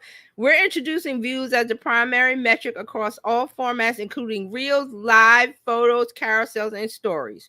These changes ensure creators have the same metrics across Instagram to help them better understand how their content is performing, regardless of format, and develop better strategies to help achieve their goals. So reels, if you go into your reels and you look for reels plays, it's going to be changed to views. Does that make sense? So it's going to replace accounts reach, accounts engaged, interaction, and watch time. As part of this change, repeat views of content will be counted similar to how plays and replays are counted for reels. Now, why are they doing this change? Because they are taking the focus away. Remember, I said the follower is dead. The follower is dead. Everything was structured around follows. They removed that. Followers are dead. Followers don't really count. So you got to go in and change the metric. So Facebook and Instagram are doing this to where you can look at this metric and it's not the biggest influence for you. Okay. So does that make sense that they're changing it from reach to views? And let me, and it's easier to understand too. Yeah. So that's what they're doing. Because follower is different. You can now on Instagram get more, I want to say engagement, but they're changing that all. Well, is it still engagement? But they're like, okay, it's not how many followers you have. It's more of this metric. How many people are interacting, viewing your content? So that's what is, and again, it's a TikTok thing because that's what happens on TikTok. TikTok is not about your followers. It's about how many people viewed your TikTok, which those numbers, it can be different because you're thinking, well, if I have 30,000 followers, they should all see my stuff. But Instagram doesn't work like that. It shows things. And when you go into the metrics for each of your posts, you'll see it'll say non-followers. And that's the biggest group. I've noticed that on I've started to post a little bit more, and I'm testing out different, styles of posting. And I see everything is like more non-followers than followers, because that metric doesn't matter anymore. That's how Instagram pushes out the content, because it's what? AI based. AI is deciding how this gets pushed out, and they've got a system. So it's not, well, I got all these people following me. It's not based on that anymore. It's based on the AI rules, the AI algorithm that they set up, where it pushes it out to more non-followers. So that's why that metric, you will see that circle at the bottom, you'll see non-followers. Fred says, okay, here we go. Fred says, IG always trying to recreate the wheel and then make upgrades to look like a wheel. And he says, for recent views, it should have been views in the first place. Thank you. And that's what YouTube has always, the focus is not subscribers, it is watch time. Why? Why is Instagram focusing on views? Why does YouTube focus on views? Why does TikTok? Because that means people are engaged. That means they are looking at your content. They're on the app. I can serve them an app. I'm not sorry, ad. They can serve them an ad, because that's where the money comes from. The revenue comes from serving the ad. If you're not there watching, they don't make money. So that's why the follower is dead. But people are still on Instagram crying about blah, blah, blah. And I'm like, can you guys move away from that? And I keep saying that the CEO, Adam, he keeps getting on Reels. He keeps putting out video explaining what they need to do. And they're still complaining about, well, you got to show it to everybody that follows me. I'm like, okay. How long are we going to grab that? How long are we going to hold on to that? I'm starting to unfollow pages to declutter my timelines across social. That's a very good strategy. Thank you for bringing that up. Because it's not based on followers. It's based on interest. So here's a real quick thing that I do. Like, I'm in a Discord where, we talk about different things, and then people will put funny memes to Instagram links. I have to remind myself not to tap it on my phone, because it will tell Instagram that I like that meme or that thing. And I'm like, that's not me. I don't want my Explore page. I don't want Instagram AI to think that I like that. It was just somebody was like, hey, look at this. This is funny. Oh. And I look at him like it's stupid. So now Instagram thinks, well, you're stupid. I'm going to show you. No, that's what it is. That's what it is. Well, you know what? It's kind of like how you see something that you don't like, and you have to cleanse your eyes with something like puppies or whatever. So that's what, I end up doing. I go to a whole bunch of pages of things that I like to upset the algorithm. And I know, so when I do a social for the realtor I work with, that's, if I by mistake or he by mistake looks at something like, you don't want that, then I'm like, wait, what is all this? And I have to, let me go to a whole bunch of real estate pages so that I can cleanse all this. And it works. Yes. And or with TikTok, I think with TikTok, there's a button that you not dislike, or there's something where you don't you tell TikTok, I don't like this. Don't show me anymore. So you got to do that. So you either be careful about what you tap on from friends, or you have to go in and say, scrub it with bleach. And you have to redo it. Fred says, so content creators should stop asking for people to hit the subscribe button. It should push people to watch and share, hence to increase views. Yes, it's always been that. But for some reason, people are stuck on the follow on YouTube. They're like, oh, subscribe and get mother. And I'm like, no, they got to watch. And then how you tell people to watch? Well, you got to watch this video to the end to see. You see that a lot. People say, watch this video to the end to get the blah, blah, blah, to get the carrot. Watch it. So you have to watch. because watch time is very important on YouTube. That's the metric that YouTube loves, because if you can get somebody to watch 75% of your video, you off to the races. You're very, YouTube is gonna love you. Love you in the sense that they will push you to more people. Because hey, this person can get people to watch the video. This get more people. More. Why? Ads.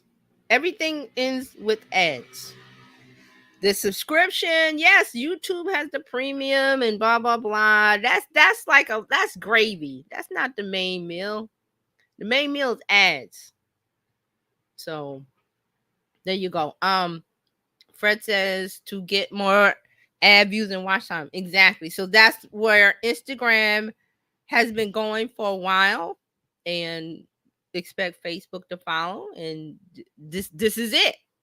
This is it. So it's like, can I get people to watch my content? Can I get people to read my carousel? I'm going to put now Instagram says 20 slides in a carousel. Well, you got to get people to watch at least 15 of those things. One or two, when Instagram go, well, you didn't do a good job. Down to the pile, the bottom of the pile you go. So do you want to do 20 slides or do you want to do 5? Think about those things. So yeah, so that's it for this week social media news. I hope that was helpful. Especially the Reddit stuff. Yes, it was very helpful, and the conversation was good too. Okay, but just remember with Reddit that's what I said. It's the forest. It's the enchanted forest. Are you going down the light path or are you going down the dark path? You just have to be careful. And remember that things are happening. There you go. So Dr. Tachi, what's happening in media? Lots is happening in media because lots is happening in the world.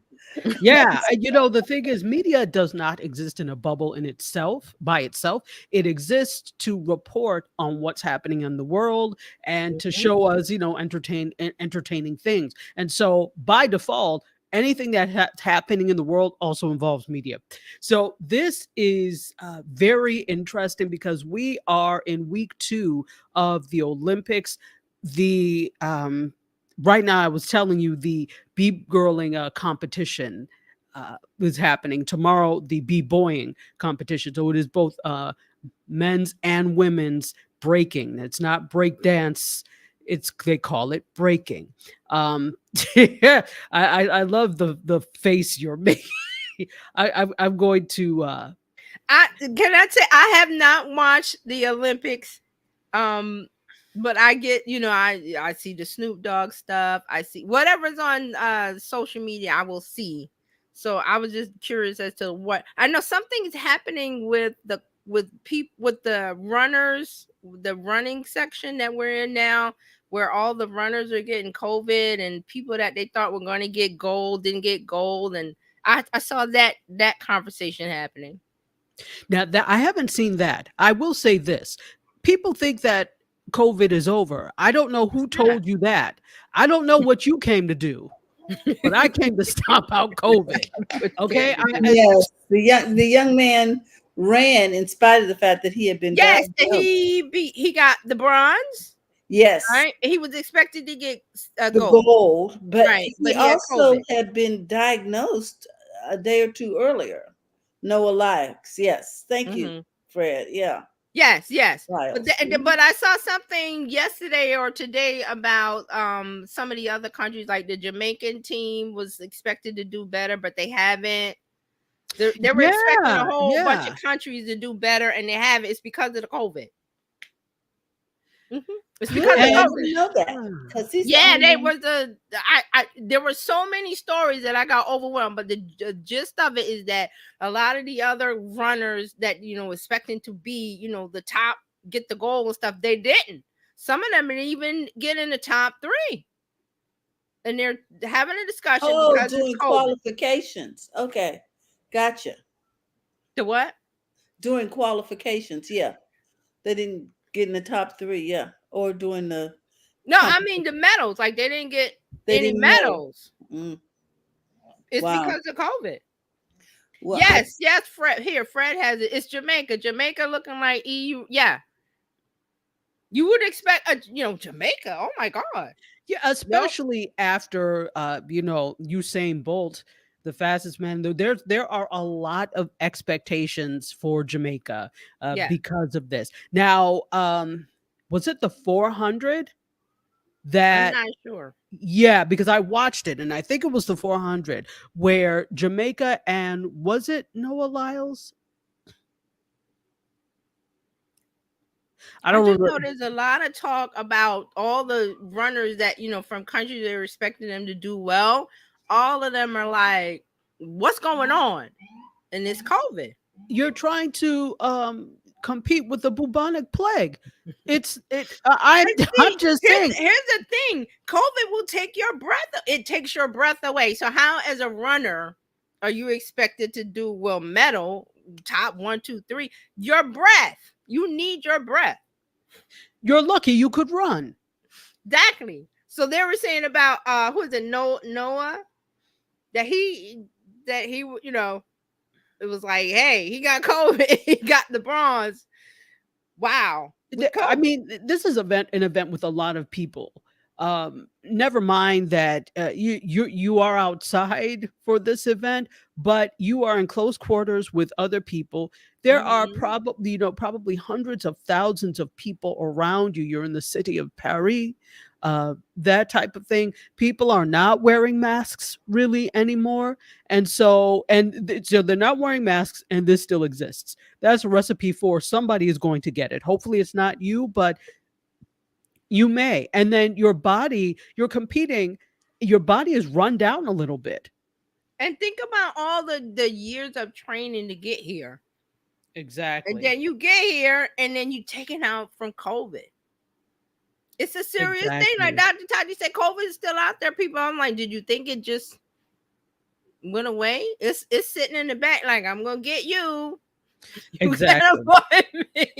I'll wait till your back is turned and here I come. That's what happened to me. I'm chilling. I'm like, yeah. And then I decided to go shopping. I'm like, what the heck was I thinking when I could have had it delivered? COVID. Oh, see, now sorry to hear that. Yeah, this is wild. This is way back. It's not, Yeah, but I'm just saying it's there. And exactly. I'm thinking, oh, I'm doing good. I'm like, yeah, I'm doing all of the things, getting deliveries. And I was like, oh, I see other people and they're going out and like, it might be safe to pop my head out and do some shopping. I'm like, I could have had that delivered. If the other people were also jumping off of the top of the Empire State Building, would you have done that too? That's what I had been doing the whole time, was like online shopping, deliver. Online shopping, deliver. I was like, oh, let me return these to the store and maybe I should go, and boom.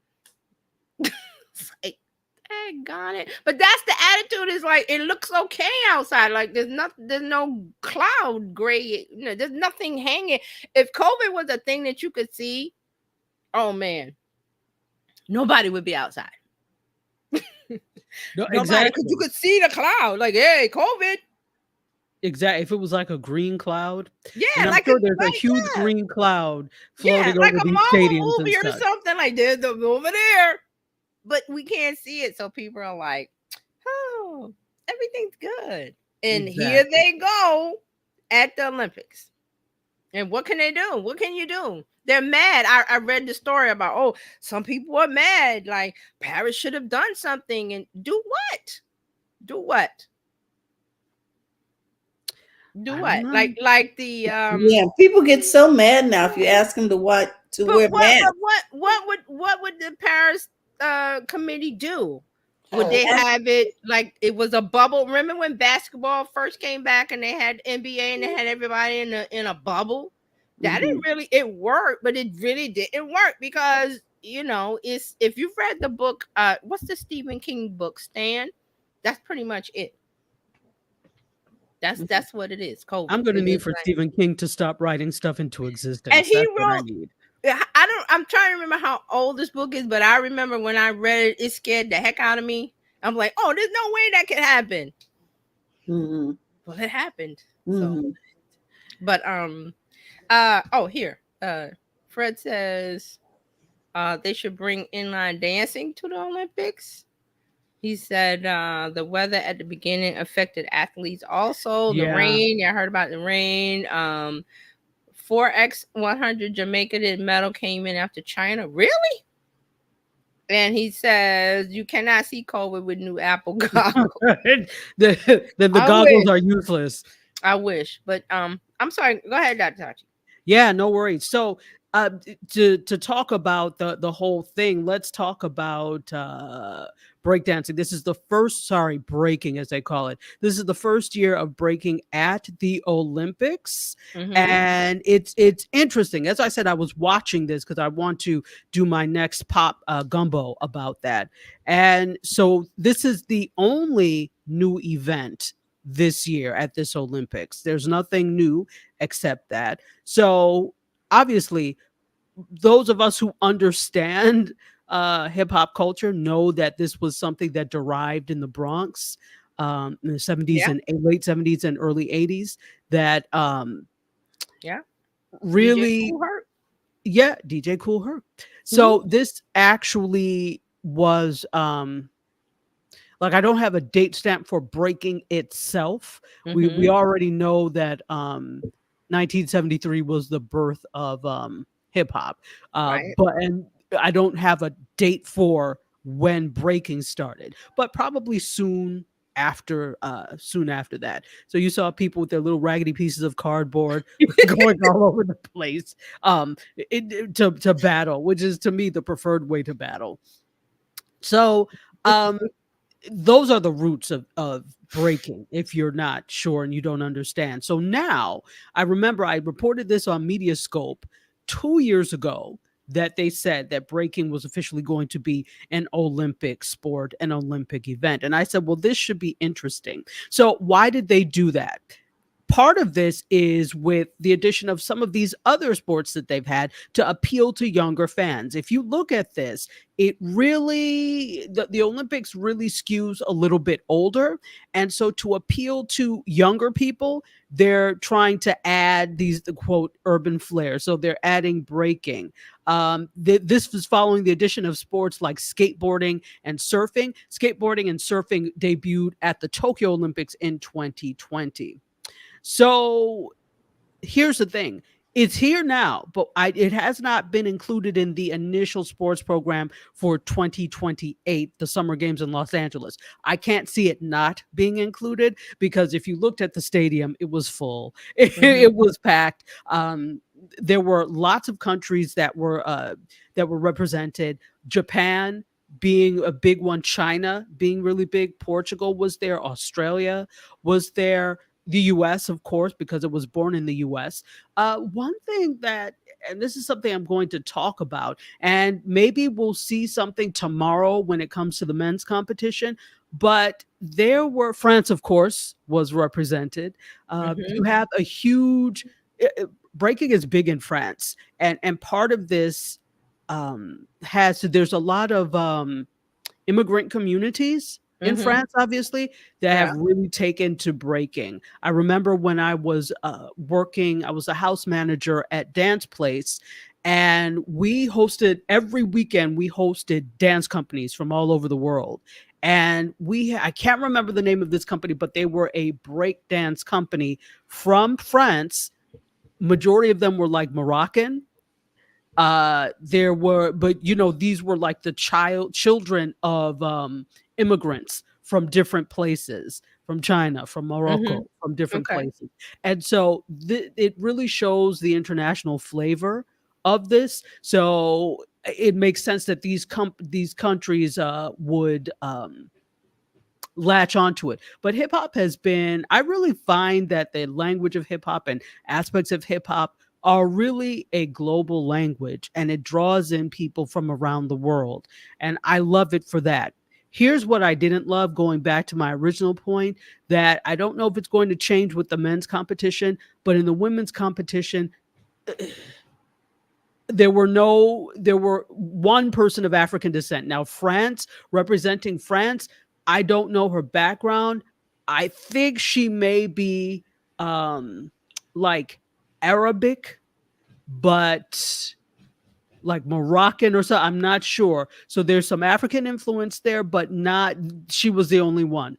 And Mhm. so it kind of bothers me that this is something that was born of the people in New York amongst Black and brown people, but we don't have representation of this. So it speaks to the commodification and the removal of this art form from the originators. And why does that matter? Yeah, I love the fact that everybody enjoys some of the best B-girls and B-boys that I've seen have been from other cultures. They've been amazing. Mhm. But there's money at stake here, right? Okay. So these are the people that are going to, when you medal, you're going to get all these brand deals. You may get shoes named after you. You may get clothing named after you. That's Right. money that is not going to the Yeah. original creators. Sponsorship And money. Mhm. the sponsorship money, right? So the questions here are why? Why is this not the case? And again, there's only been the women's competition so far, but Okay. there were no, not very questionable. I don't know if she's of African descent, but other than the one from France, I saw nobody else of African descent competing in the competition. And it is Okay. important because that's also about generational wealth, using an art form you created to make money off of it, but others are making money off of it. And that to me is troubling. And so Right. if this is going to be continue to be a sport, we need to look at how can we create a pipeline that will include the voices of the originators of this in it as well, so they have an opportunity to place and then to go to the Olympics as well. Okay. All right. So Fred says I could not bring myself to watch that breaking. They're saying the judging was not firm. It's hard to scope the scoring approach. Then he says, I wonder if colleges would start offering breaking scholarship, laughing. And then Snoop Dogg kicked off the breaking competition. So Snoop has been all over the place, huh? He really has. Yeah, he did set off the breaking competition. Okay. Another thing that I'm kind of on the fence with. So if you look at the stage, which Mhm. was set up, and I know it is also supposed to be entertaining, but Right. at the back of the stage that was the signage for this. They had built like a giant boombox, and it was Okay. like Paris 2024 breaking competition. Uh, really? Did you need a boom? Did you have that for the rest of the company? You understand what I'm trying to say?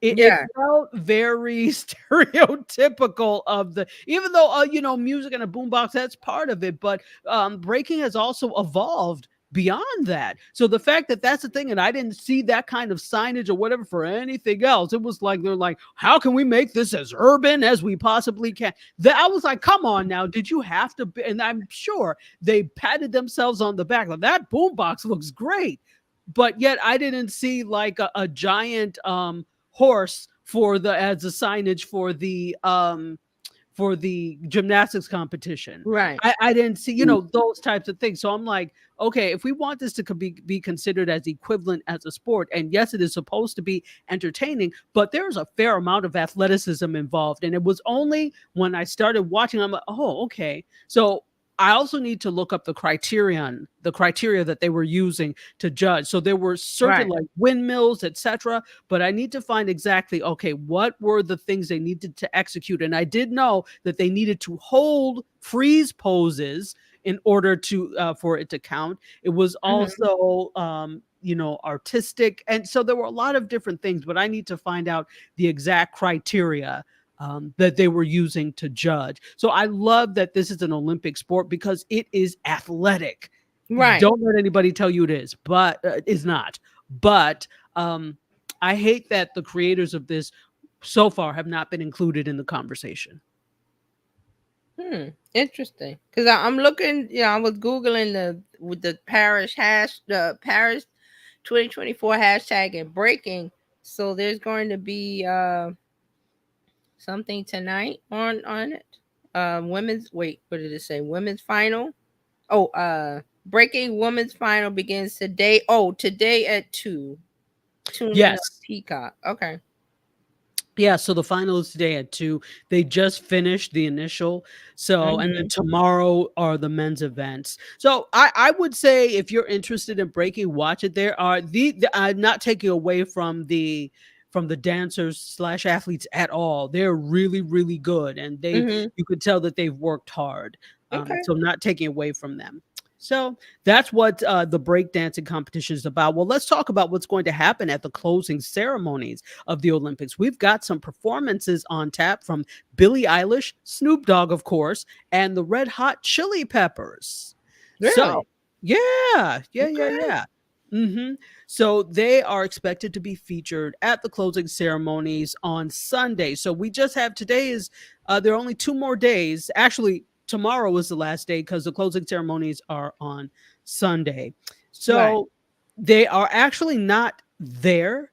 All 3 artists are going to be seen from LA in a mix of pre-taped and live performances. So yeah, interesting. So if you're interested, you can watch that. So here's the thing also that's supposed to happen. There's supposed to be a much hyped stunt from Tom Cruise. So news of this actually leaked last week. I don't know if you saw, but I saw that. So Tom Cruise is actually supposed to jump on his motorcycle for a day of death-defying tricks in France before tossing it to a pre-recorded package, and that's going to see him parachute down next to the iconic Hollywood sign. Okay. In the words of what we usually say, Who asked for this? who asked for this? Who asked? Who? Tom Cruise is really trying to stay relevant as he can. I'm not mad at him Isn't he either. 60? He's 60. That's what I'm saying. Aren't you like 60 something Yes. still doing these?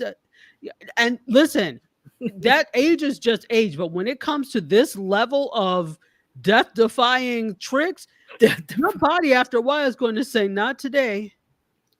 I'm sorry. I keep laughing because you say death defying. I'm thinking, well, he's 60. I'm okay. He death-defying death. Well, no, exactly. Do we want to see that live? Is it live or member? I don't want to see it. No, I don't. I really don't want to see that. I'm just laughing because the death-defying, like, he's 60. Not is an age thing, but it's just okay. I just don't think it's wise. That's Why what would I you- mean. It's not Why would wise. you risk your body when you could hire a double? I Why don't are get you it. tempting fate? Like, hey, death. Like, why are you tempting it? Go to Italy and enjoy your money, or go somewhere in comfort and enjoy your money, and take it easy. But no, he wants to do death-defying tricks. So Interesting.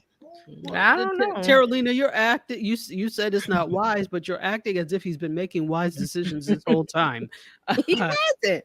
This is just business as usual for Mr. Cruz. How many times you want to poke the bear? Keep poking the bear, huh? See what happens. It's like you said, who asked for this? Exactly. So that is who we'll see there. So, Well, I'm with Fred. Get a robotic stuntman. absolutely. And you know what? The whole thing, this is going to be interesting to see the effect that AI has on the stunt industry. Oh, yeah. It's not anything that we've really talked about. We've been talking about it in terms of actors and writing, but the stunt industry is something. So now if I don't have to put actors in danger, am I going to? And what will this do to the stunt industry?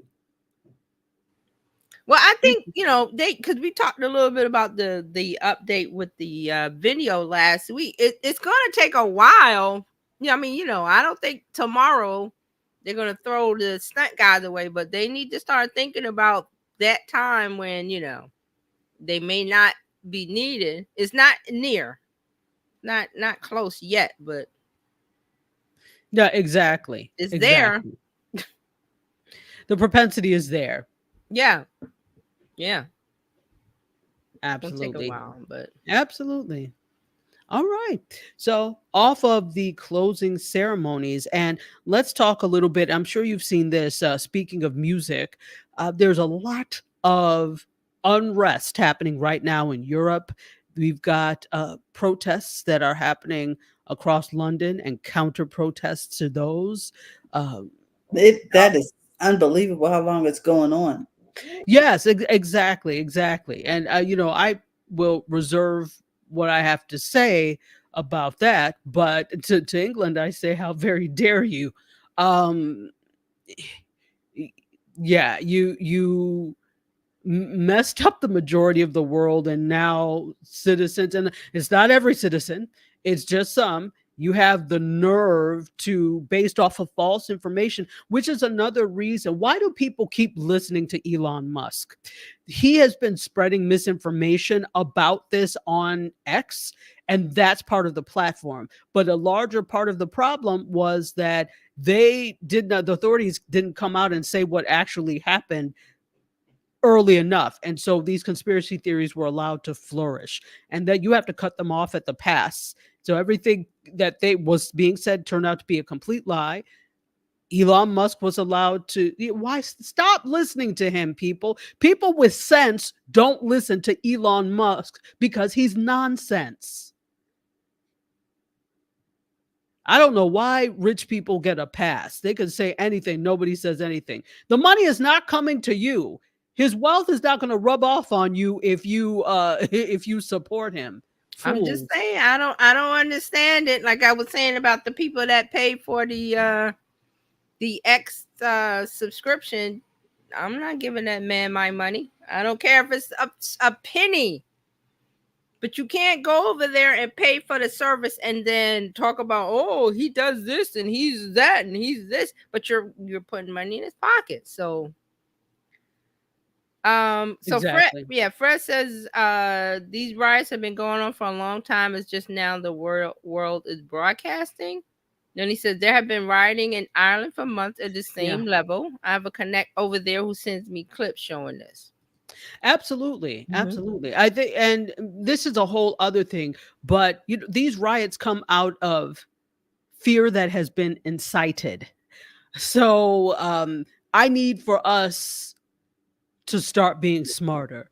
Yes. Why are you falling for things? Why are you not doing research and talking to people? It's lazy. Actually, it is just damn Why lazy. are you joining in the hate?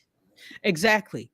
Without doing, and if you ask these people directly, well, what happened? What was done? They're humming and hawing because they don't know, because they're too lazy to do the research. And I'll say this, and I'll say this to their faces: you are just bloody lazy. You are lazy. If you don't do the work to find out what's wrong, it's the same thing with the, for not to talk about the election, it's the same thing with this.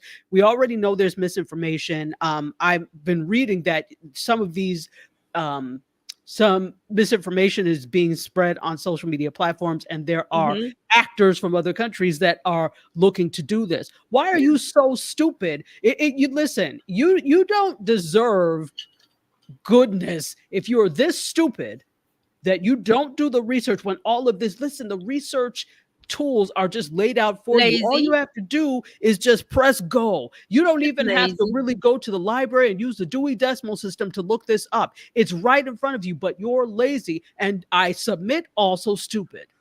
So if anybody has a problem with me calling you stupid, good. I'm glad. Prove me wrong. Start doing the research and look at things yourself, and then come back with this. You're going off of being incited. You watch whatever news outlet and you take that as word, and you watch news outlets that have an agenda. That's not research. Do independent research and learn. So I'm tired of the stupidity. I'm like, you can't have survived this long and have been this daft. It's impossible. Thank you. One word. Says all you have to do is yell Alexa, Siri, Meta.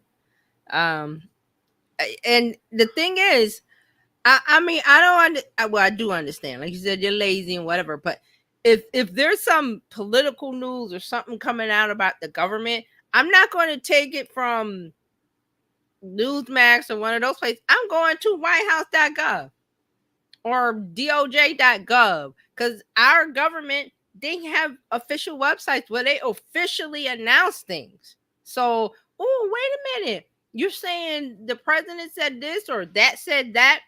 Let me go to whatever.gov. That's where your money is going. Your money pays for those websites for information. So it's laziness. And daftness. Simple. And daftness. Lazy and dumb. Sorry. Yeah. We gotta call it like it is. Call it like it is. As my mother would say, they're just cannot damn talk dumb. about social media. Oh, social media is horrible, but you're contributing to it. Yeah, you know where to go to get the right information. You know. Well, exactly. And if you don't know, find out. Google. They want to search. ChatGPT is free. They want somebody to knock on their door and say, "Oh, officially, we're not doing that. You have a device in your hand that you have, and you do all kind of stupid stuff with it. Well, go do some smart stuff with it. Like go to WhiteHouse.gov or DOJ.gov or IRS.gov, whatever.gov, and it's there. Oh, I wonder where to go." Exactly. Well, and these are also the skeptics that won't believe what is out there because they think everybody is out to get them. I can't help you, and you're going to stay at the base of the mountain as the rest of us climb to the summit. You don't deserve to climb with us. Sorry. Yeah, I'm sorry. I'm tired of being nice to these people. You've had donkey years of people being nice to you, trying to help you, show you where to research, and you still haven't gotten it. You're a lost cause. Sorry. Moving on. So there are all sorts of protests, etc., happening there. And one of the things that has come out of not this protest per se, but in general, what's happening in Europe is that Taylor Swift has canceled her Eras Tour shows in Vienna, in Austria, because of a planned terrorist attack. I don't know if you heard about this. Yeah, I heard. Yes, it's just terrible. It is terrible. So 65,000 fans or something. I don't know. Yeah. So the government officials confirmed this planned terrorist attack. And in a statement, they said, with confirmation from the government officials of a planned terrorist attack at Ernest Happel Stadium, we have no choice but to cancel the 3 scheduled shows for everyone's safety. All tickets will be automatically refunded within the next 10 business days. So people will get their money back. And apparently they detained a 19-year-old on Wednesday morning, and a second one was arrested on Wednesday afternoon. And a 15-year-old or something. Wow. Yeah, exactly. So yeah, one of the suspects allegedly pledged allegiance to ISIS, and they said both men were radicalized online. So this is interesting. Although it's like, and this was a big event, so obviously something like this could be a target. She still plans to do keep up with the other events that she has scheduled in London at Wembley Stadium, which is next week, August 15th, and she's going to play 5 more nights. And I was wondering why there was all this talk, this kind of like cryptic talk about Miami and her. So she's going to end her tour here at the Hard Rock Stadium. So yeah, I was like, why am I seeing all this like Swift kind of like memes and stuff coming from here? I'm like, what's this about? Oh, okay. So the tour ends here. So anyway, that's what's happened there. But she still will perform. If you have tickets for the Wembley Stadium concerts, as of right now, that is still happening. Okay. Fred, real quick, Fred says, some people act on a philosophy. This lie makes me feel good. Yeah. Did they want to hide in feeling good? And then he says 3 teens in a canceled tour. Yeah. The eye emoji. Exactly. Yeah. Okay. They can operate on that all they like. And I will operate on the fact that you are dumb and lazy. Well, it's the reason why we have that guy as the opposition in the election on November 5th. But that's As America. I said, That's dumb and America. lazy. Just real quick on that, Yeah. I've seen some people on Twitter ask, like non-Americans, like in other countries, they're like, "Oh, why did you allow it?" I was like, "Allow? It's America. You can't stop him. He's not. Yes, he's convicted, but you can't really stop that. That is based on those people's choices, that party's choices. So we really can't stop it. It has to play out. Fortunately, it looks like it will be something where we win, but that's just how it is. So I was just thinking that that's how people outside of the US see it. It's like, why did we allow it? Because they're in countries where they have dictators, or Would they jail people? Things are controlled, but we don't do that here. So that's why I was bringing that up. I just thought that was real interesting, because I was like, wow, that's how they think. Yeah, no, absolutely. So, But after this whole fiasco, maybe we should. Anyway. but that's just how it goes. Unless and the thing is, I'm like, there's a line with the conviction and being on the ballot. I'm trying to remember what it was. It's like you can't be a convicted felon and run. You cannot. Felon on the ballot. Yeah. Yes, but he wasn't a convicted felon in the beginning. Correct. That's why. So correct. Which, hence the but that stalling confuses people outside of the United States. That Right. rule confuses them, because they're like, he shouldn't have. Why did you do that? And like, we didn't do it. That's exactly how that believe me, that wasn't us. No, that's how that party decides. It's Yeah, a democratic process, and they decided. And now on the other side, we got to say, well, we got to get rid of that. So, but I'm just saying that that's how it's being seen outside of the U.S. and other countries, where they have a dictatorship of being told what to do and who to vote for. And like, we don't do that. No, exactly. The play has to play out. Even though this is not a play anybody necessarily wants to see. Yeah. It's long, it's arduous, it's annoying. This country is very fractured. Yes. Not to say that it was ever together, right. But it's very fractured now. Right. So things have to be played out. Puzzles have to be put back together. Broken things got to be super glued back, or whatever we do from here on. So, but I just brought it up because I was just like, I saw some video and they were asking some people in Denmark or someplace, and they were confused. They were like, why did you allow him? Like, we didn't do that. Yeah, there are different things, because in Europe there are no dictatorships, right? So, per se. So per se, exactly. Everything really on anymore. Yeah, exactly. Yeah, anymore. Like currently, let's say there are no authoritarian governments currently. Allegedly, yeah. Allegedly. Every government seems to be teetering between democracy and dictatorship, to be honest. Seriously.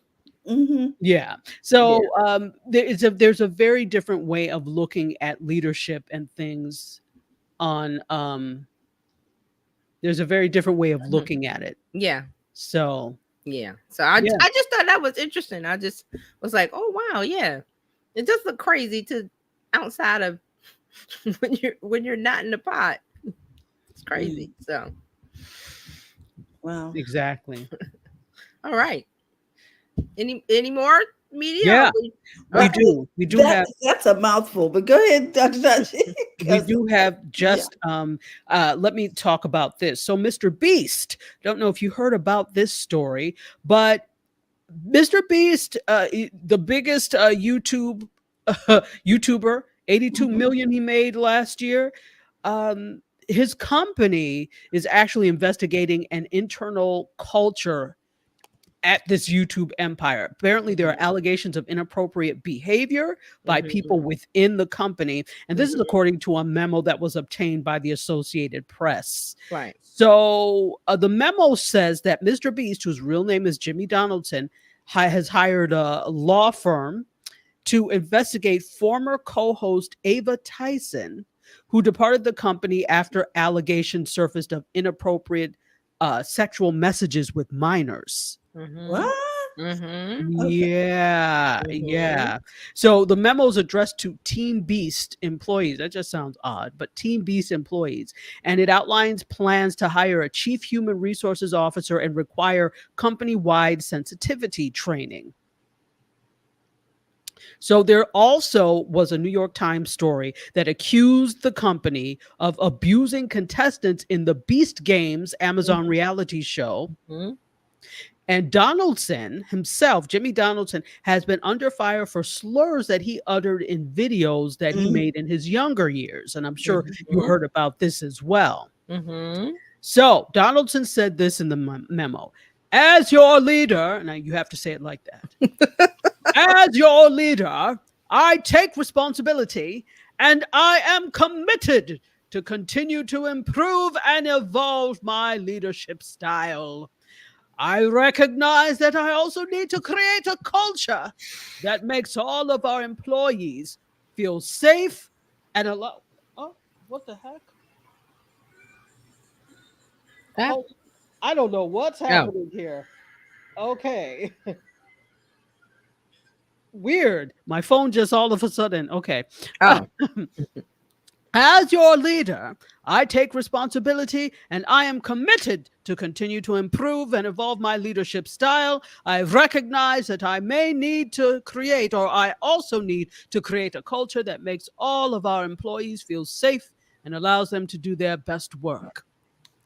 Interesting how all of this comes up after you've been caught doing something or after something is caught. These are the measures that need to be in place before anything happens. I don't know why in this country we are so reactive rather than proactive. Mm.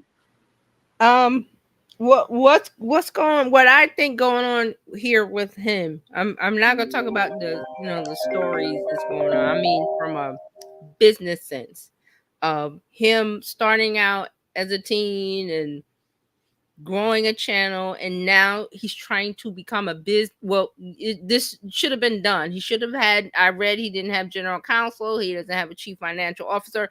You're making what was it, 85 million? 82 million. Way before that, he had to incorporate as a business and this and that. So there are business practices that you have to do. I don't care if you know, I'm an influencer, I don't know these things.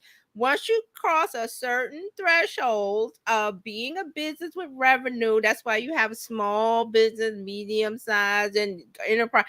There are certain things that you must do. You must hire a chief financial officer. You must hire a CEO. You must hire a legal counsel. You don't just float along as you did as a teenager. And this is why we have business school.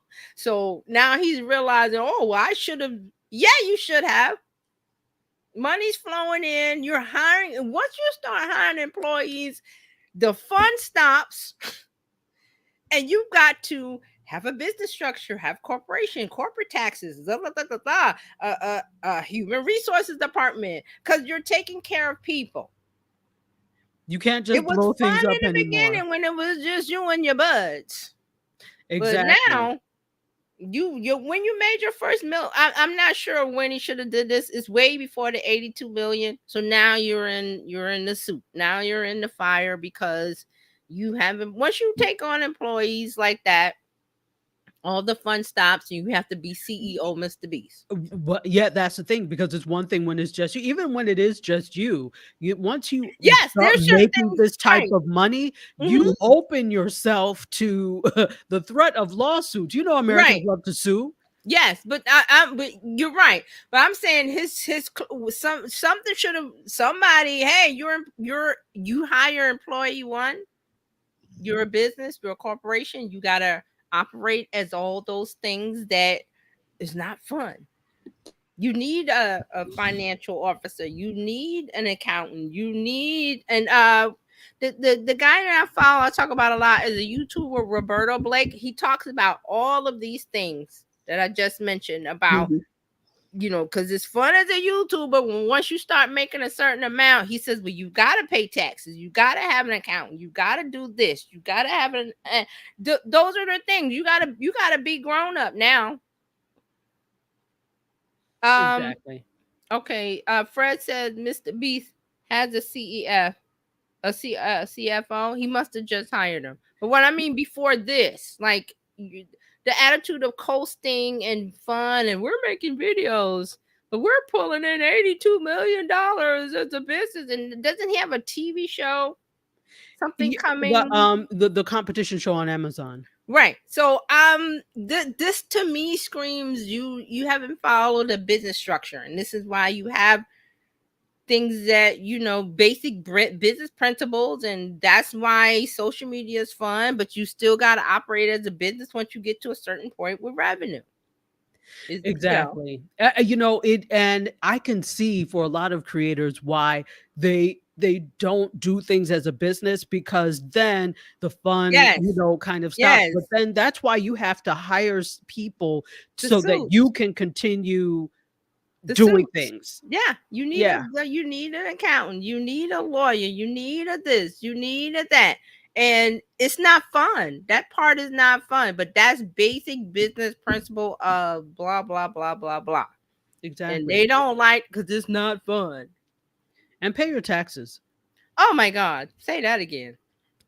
Pay your taxes, because you will end up Wesley sniping it. Okay. If you're not careful. So but keep talking, but that's what I have for you. This is the last story. And Fred says many YouTubers face burnout as soon as they operate, because business is hard. Operating as a business, there's so many rules the government sets up for you to follow. Well, and here's the thing. So many YouTubers don't want to relinquish power for certain things. So I've talked to, a few YouTubers where I was like, they're like, yeah, I still edit my own videos. And says, I'm like, you can't do that anymore. I understand there's a certain way you want it to look, but that's why you have SOPs, so that, and you have examples of what it should look like. Hire a good editor and let them do it, because you can't do everything anymore. If you are the talent, be the talent, but you have to let other people take on those other jobs. So there's sometimes a reluctance for people to do. And to be honest, not every YouTuber is making big money. There are YouTubers that, they're like, okay, well, I can't afford to hire somebody to do it. I have to do it myself. So then if you're taking this seriously, the point should be to get to the point where you're getting sponsorships, etc., so you can hire people to take these things on. Right. Yeah. So I was looking at, did a quick Google search, and the latest AP story was about his plans to hire, like you said, plans to hire chief human resource officer, company-wide sensitivity training. Yep. And then there was a quote here from the founder of the Gen Z advertising agency. He says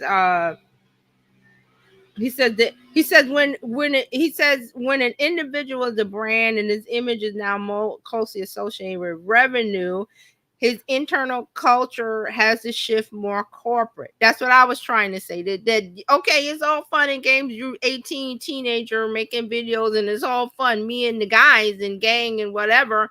But once you get to start and hire employee one, even though if it's your friend, but it's an employee. So now everything has to internally shift towards a business structure of corporate taxes, or whatever your structure is. Solopreneur or LLC or what, that's the not fun part. Nobody wants to do that. It's like, okay, well, I got to go get my checkup. Nobody wants to do it, but you got to do it. But if you have that kind of money coming in, you might want to get somebody to clean it up. Yeah, you gotta. Why is it now when it's 82 million when it should have been at the beginning whenever he hired employee one after he made all the money? Yep. And this whole thing of, don't you love it when people get famous and suddenly these old clips start coming up? It's talking about over here on AP. Donaldson admitted to previously using inappropriate language last week after clips circulated online of past homophobic and racist remarks. An early production of his ambitious game show set to feature 1,000 competitors and a $5 million grand prize recently brought safety complaints from contestants who described a chaotic set where they lacked regular access to food, water, and medication. Now, you're putting people at risk. I don't care how old you are. You know people ain't had nothing to eat. The press said court documents reveal YouTube star Mr. Beast expects to make $700 million in revenue this year. And he's just now hiring a CFO. You know what I mean? That's crazy. So here's the thing. Think about the fact, look at this jump and think about all the ventures that he's had this year. This is a business. I don't care what you think, Jimmy. This is a business. So the fact that you've got this television show which is paying you something, you're not doing it for free. You're getting you've got all these deals. Remember, he's got Mr. Beast restaurants. He's Mhm. also got There's a Mr. lot of Beast yeah, chocolates. He's yeah. got a lot of different things that are Well, under this is his a brand brand name. as well as Yeah, like I said, when you hire employee number one, that's officially, even if it's a friend or oh come and you there's paperwork and W-2s and all these in taxes thing, that's time that you go, okay, I put on my big boy pants and now I gotta hire an advisor and now I gotta hire this, and because those things are happening. Yes, so Fred said this is it exactly. As soon as you start making money doing something, it's a business. It's just so evolved. So he's coasted to 700 million, and now he should have gotten caught before with with not without having the structure of a corporation or a business or that structure. But you know what? I think it's very easy to point the fingers at him because he Mhm. should have.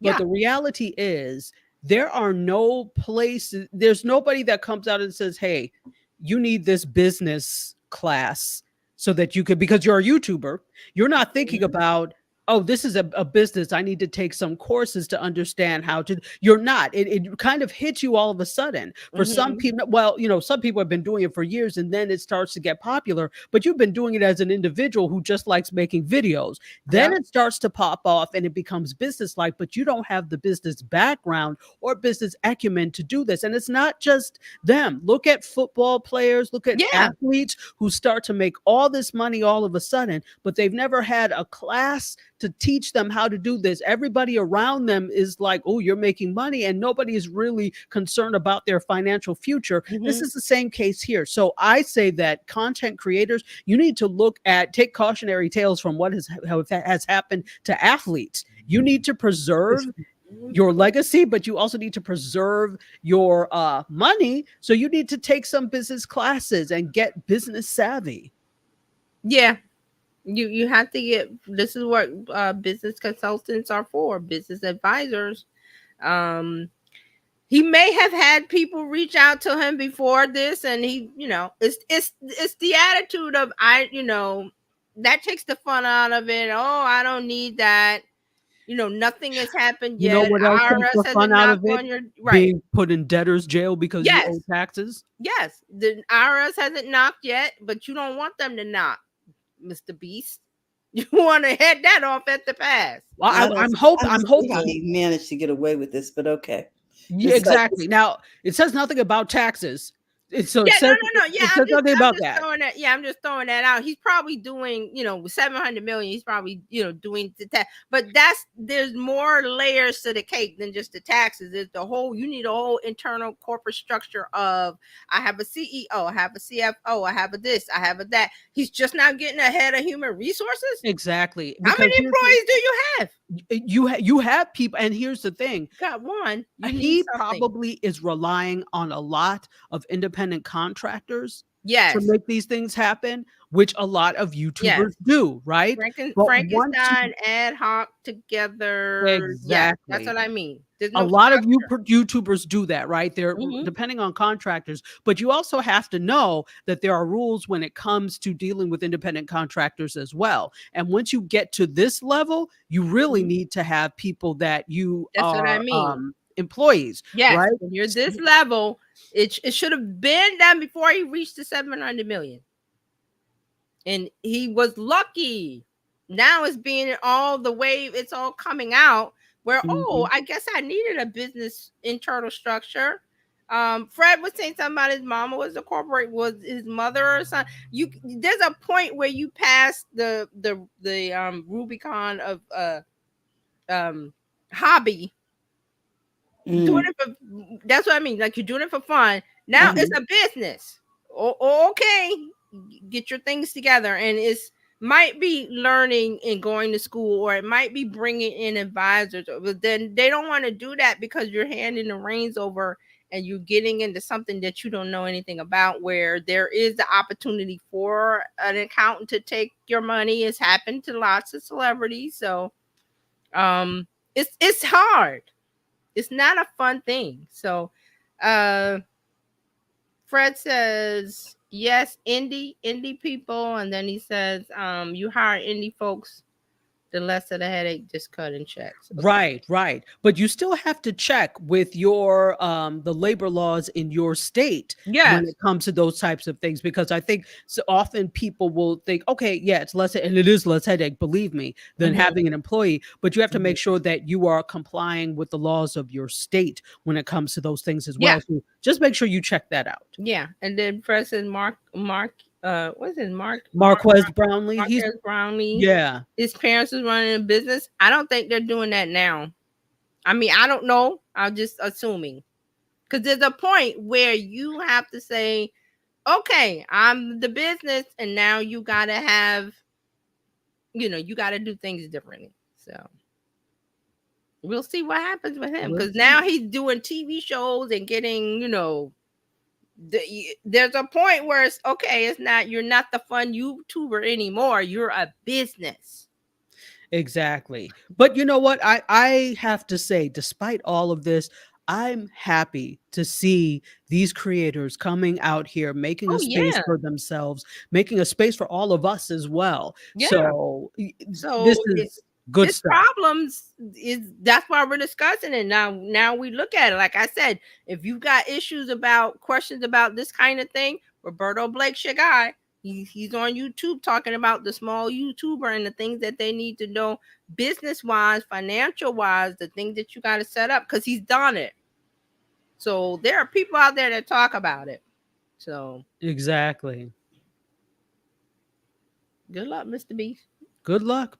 That's what I have for you today. Good luck, $700 million man.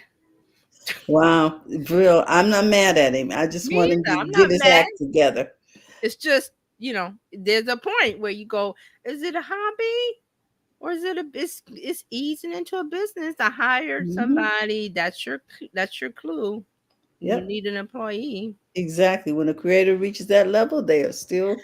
He's still a creator, but I'm just saying that, like, he can have the business. He can hire a CFO, a CEO. He can hire those people to do their jobs, and then he's still the creator. Here's an example: Gary Vaynerchuk is still the creator, but he has the internal structure for all his businesses set up. He has a CFO for each business. He has a this and a that, and he relies on them. But he still does the creator part of it, so he considers himself a creator, but he's still a business person. So it can be done. Mm-hmm. You just have to have the internal business structure, which is pretty much standard for business. So just have that in place is what I was saying. And then you could still be the fun guy. You could still make the video. You could still be Mr. Beast. Okay. But you got the support. All right. Well, Dr. Tachi, we want to remind everybody they can find you over there at Indie Soup Media. And you're over there on the Kenny Burns Show and on Mediascope. In addition to that, we want everybody to know that they can reach Terry Johnson at Terry Johnson Online everywhere. TJ, we just love you. You know, you are in Discord as well, and a number of other places you can watch her on YouTube and here on BizChix. Also, we want to remind you, if you'd like to become a part of BizChix, you can simply text biz to 33777 or join our community over at bizchix.net. We'd love to share with people what it is you do and how you serve. Fred, we're giving you a big shout out today. And thank you, Fred. You have a good one, Fred. Thanks, Fred. And we want to remind you that we'll be here Monday through Friday serving you.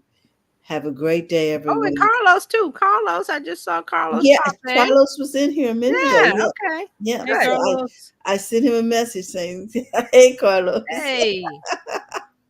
Yeah. So we just want to thank everyone for tuning in live and on the replay. Have a great day, and we'll see you soon. Thanks, everybody. Bye. Bye-bye, everyone.